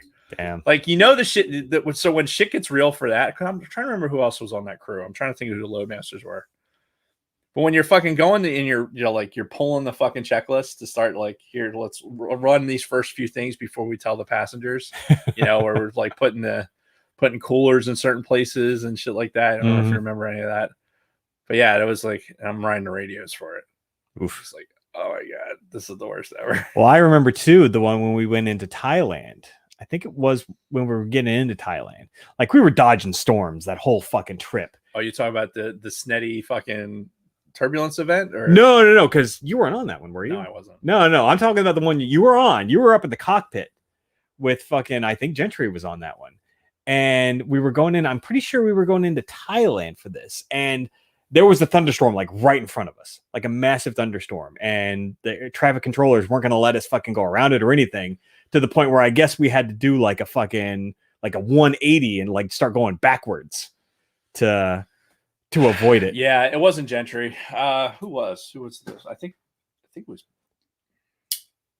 might have been Peachin. Okay. It might have been Peachin. I don't honestly. Yeah, because I remember you were up front. Yeah. And at one point, like they came back to us and they're like, you might want to buckle in because, yeah. Dude, I've been on. Shit might be getting real soon. I had a dream recently about one of those events. Yeah. With the getting caught. It's Brad Jacobs and fucking Paul Alford. Sorry, names. We're changing the names to protect the innocent. Yeah, those aren't their real names. And we're fucking. Was it Rabbit? No, it was Lenning. Okay, Jacobs and Lenning, right? So it's again, still using fake names. Still using fake names because I can come up with those names on my own, obviously. So we're blitzing in between two cells over the Pacific, right? Yeah, and there was nowhere to go. Like, and we had that fucking gap in the radar. You could see it. Like we're painting it like 50 miles. Yeah, and we're just fucking let's fucking hope that we can get through this thing in between these two cells. Well, sure shit. As soon as we got like basically into it, the fucking cells joined, and we went immediately into this it was this white wall that it felt like we physically hit. This is the one where Burkle was in the back. Oh yeah, with the fucking Coke can levitating in front of him. Like that was that incident. Like I was in the flight deck for that one. Yeah. Fucking, and Paul Schrout's handed me a fucking Sprite, and I'm like, yeah. Again, not his real name. Not his real name. Yeah. You guys do a show talking about your military careers besides these little after shows. I'm working on a book that's gonna have a lot of this nonsense in it. Yeah. But yeah, dude, fucking plane dreams recently, like weirdly. Yeah. Don't know why. Yeah, it's strange because I feel like I'm far enough removed from that now where it's starting to become like a distant memory. Like it's been 5 years now, right? Yeah, 5 years. It's been the last time I flew was what, January of 18. Yeah. But I was a passenger. I mean, it wasn't really, and there was nothing notable on that Finney. Yeah. It was just me getting on a flight for a Finney. Yeah, no, it was Finney trip. It was summer of 16 when I left the unit. Yeah, I guess because I'm still in that operating environment, like with flyers, I think that's why a lot of it just, because some of it, like of what I'm doing is like giving lessons learned to some of these younger aviators. Yeah. And so you end up rehashing a lot of stuff, and it's, the Matthew McConaughey, I get older, they stay the same age. Right. So I'm probably going to be telling these stories for years. Sure. With fucking airplane shenanigans. But yeah, fucking talking to my new therapist today about one of them, the fucking the incident over Korea. Refresh my memory. You weren't on it. It was me and Liam. The one where the fighter, like we were. Oh, yeah. What's I don't know. Again, don't know why. Like that's one of those where fucking somebody named Larry Hoffman's face I'll be forever embedded in my memory, looking at his fucking eyes after seeing it that close. Yeah. Fucking craziness. Will you be reading the audiobook version of your book, since it's your words and you should do the audiobook? It's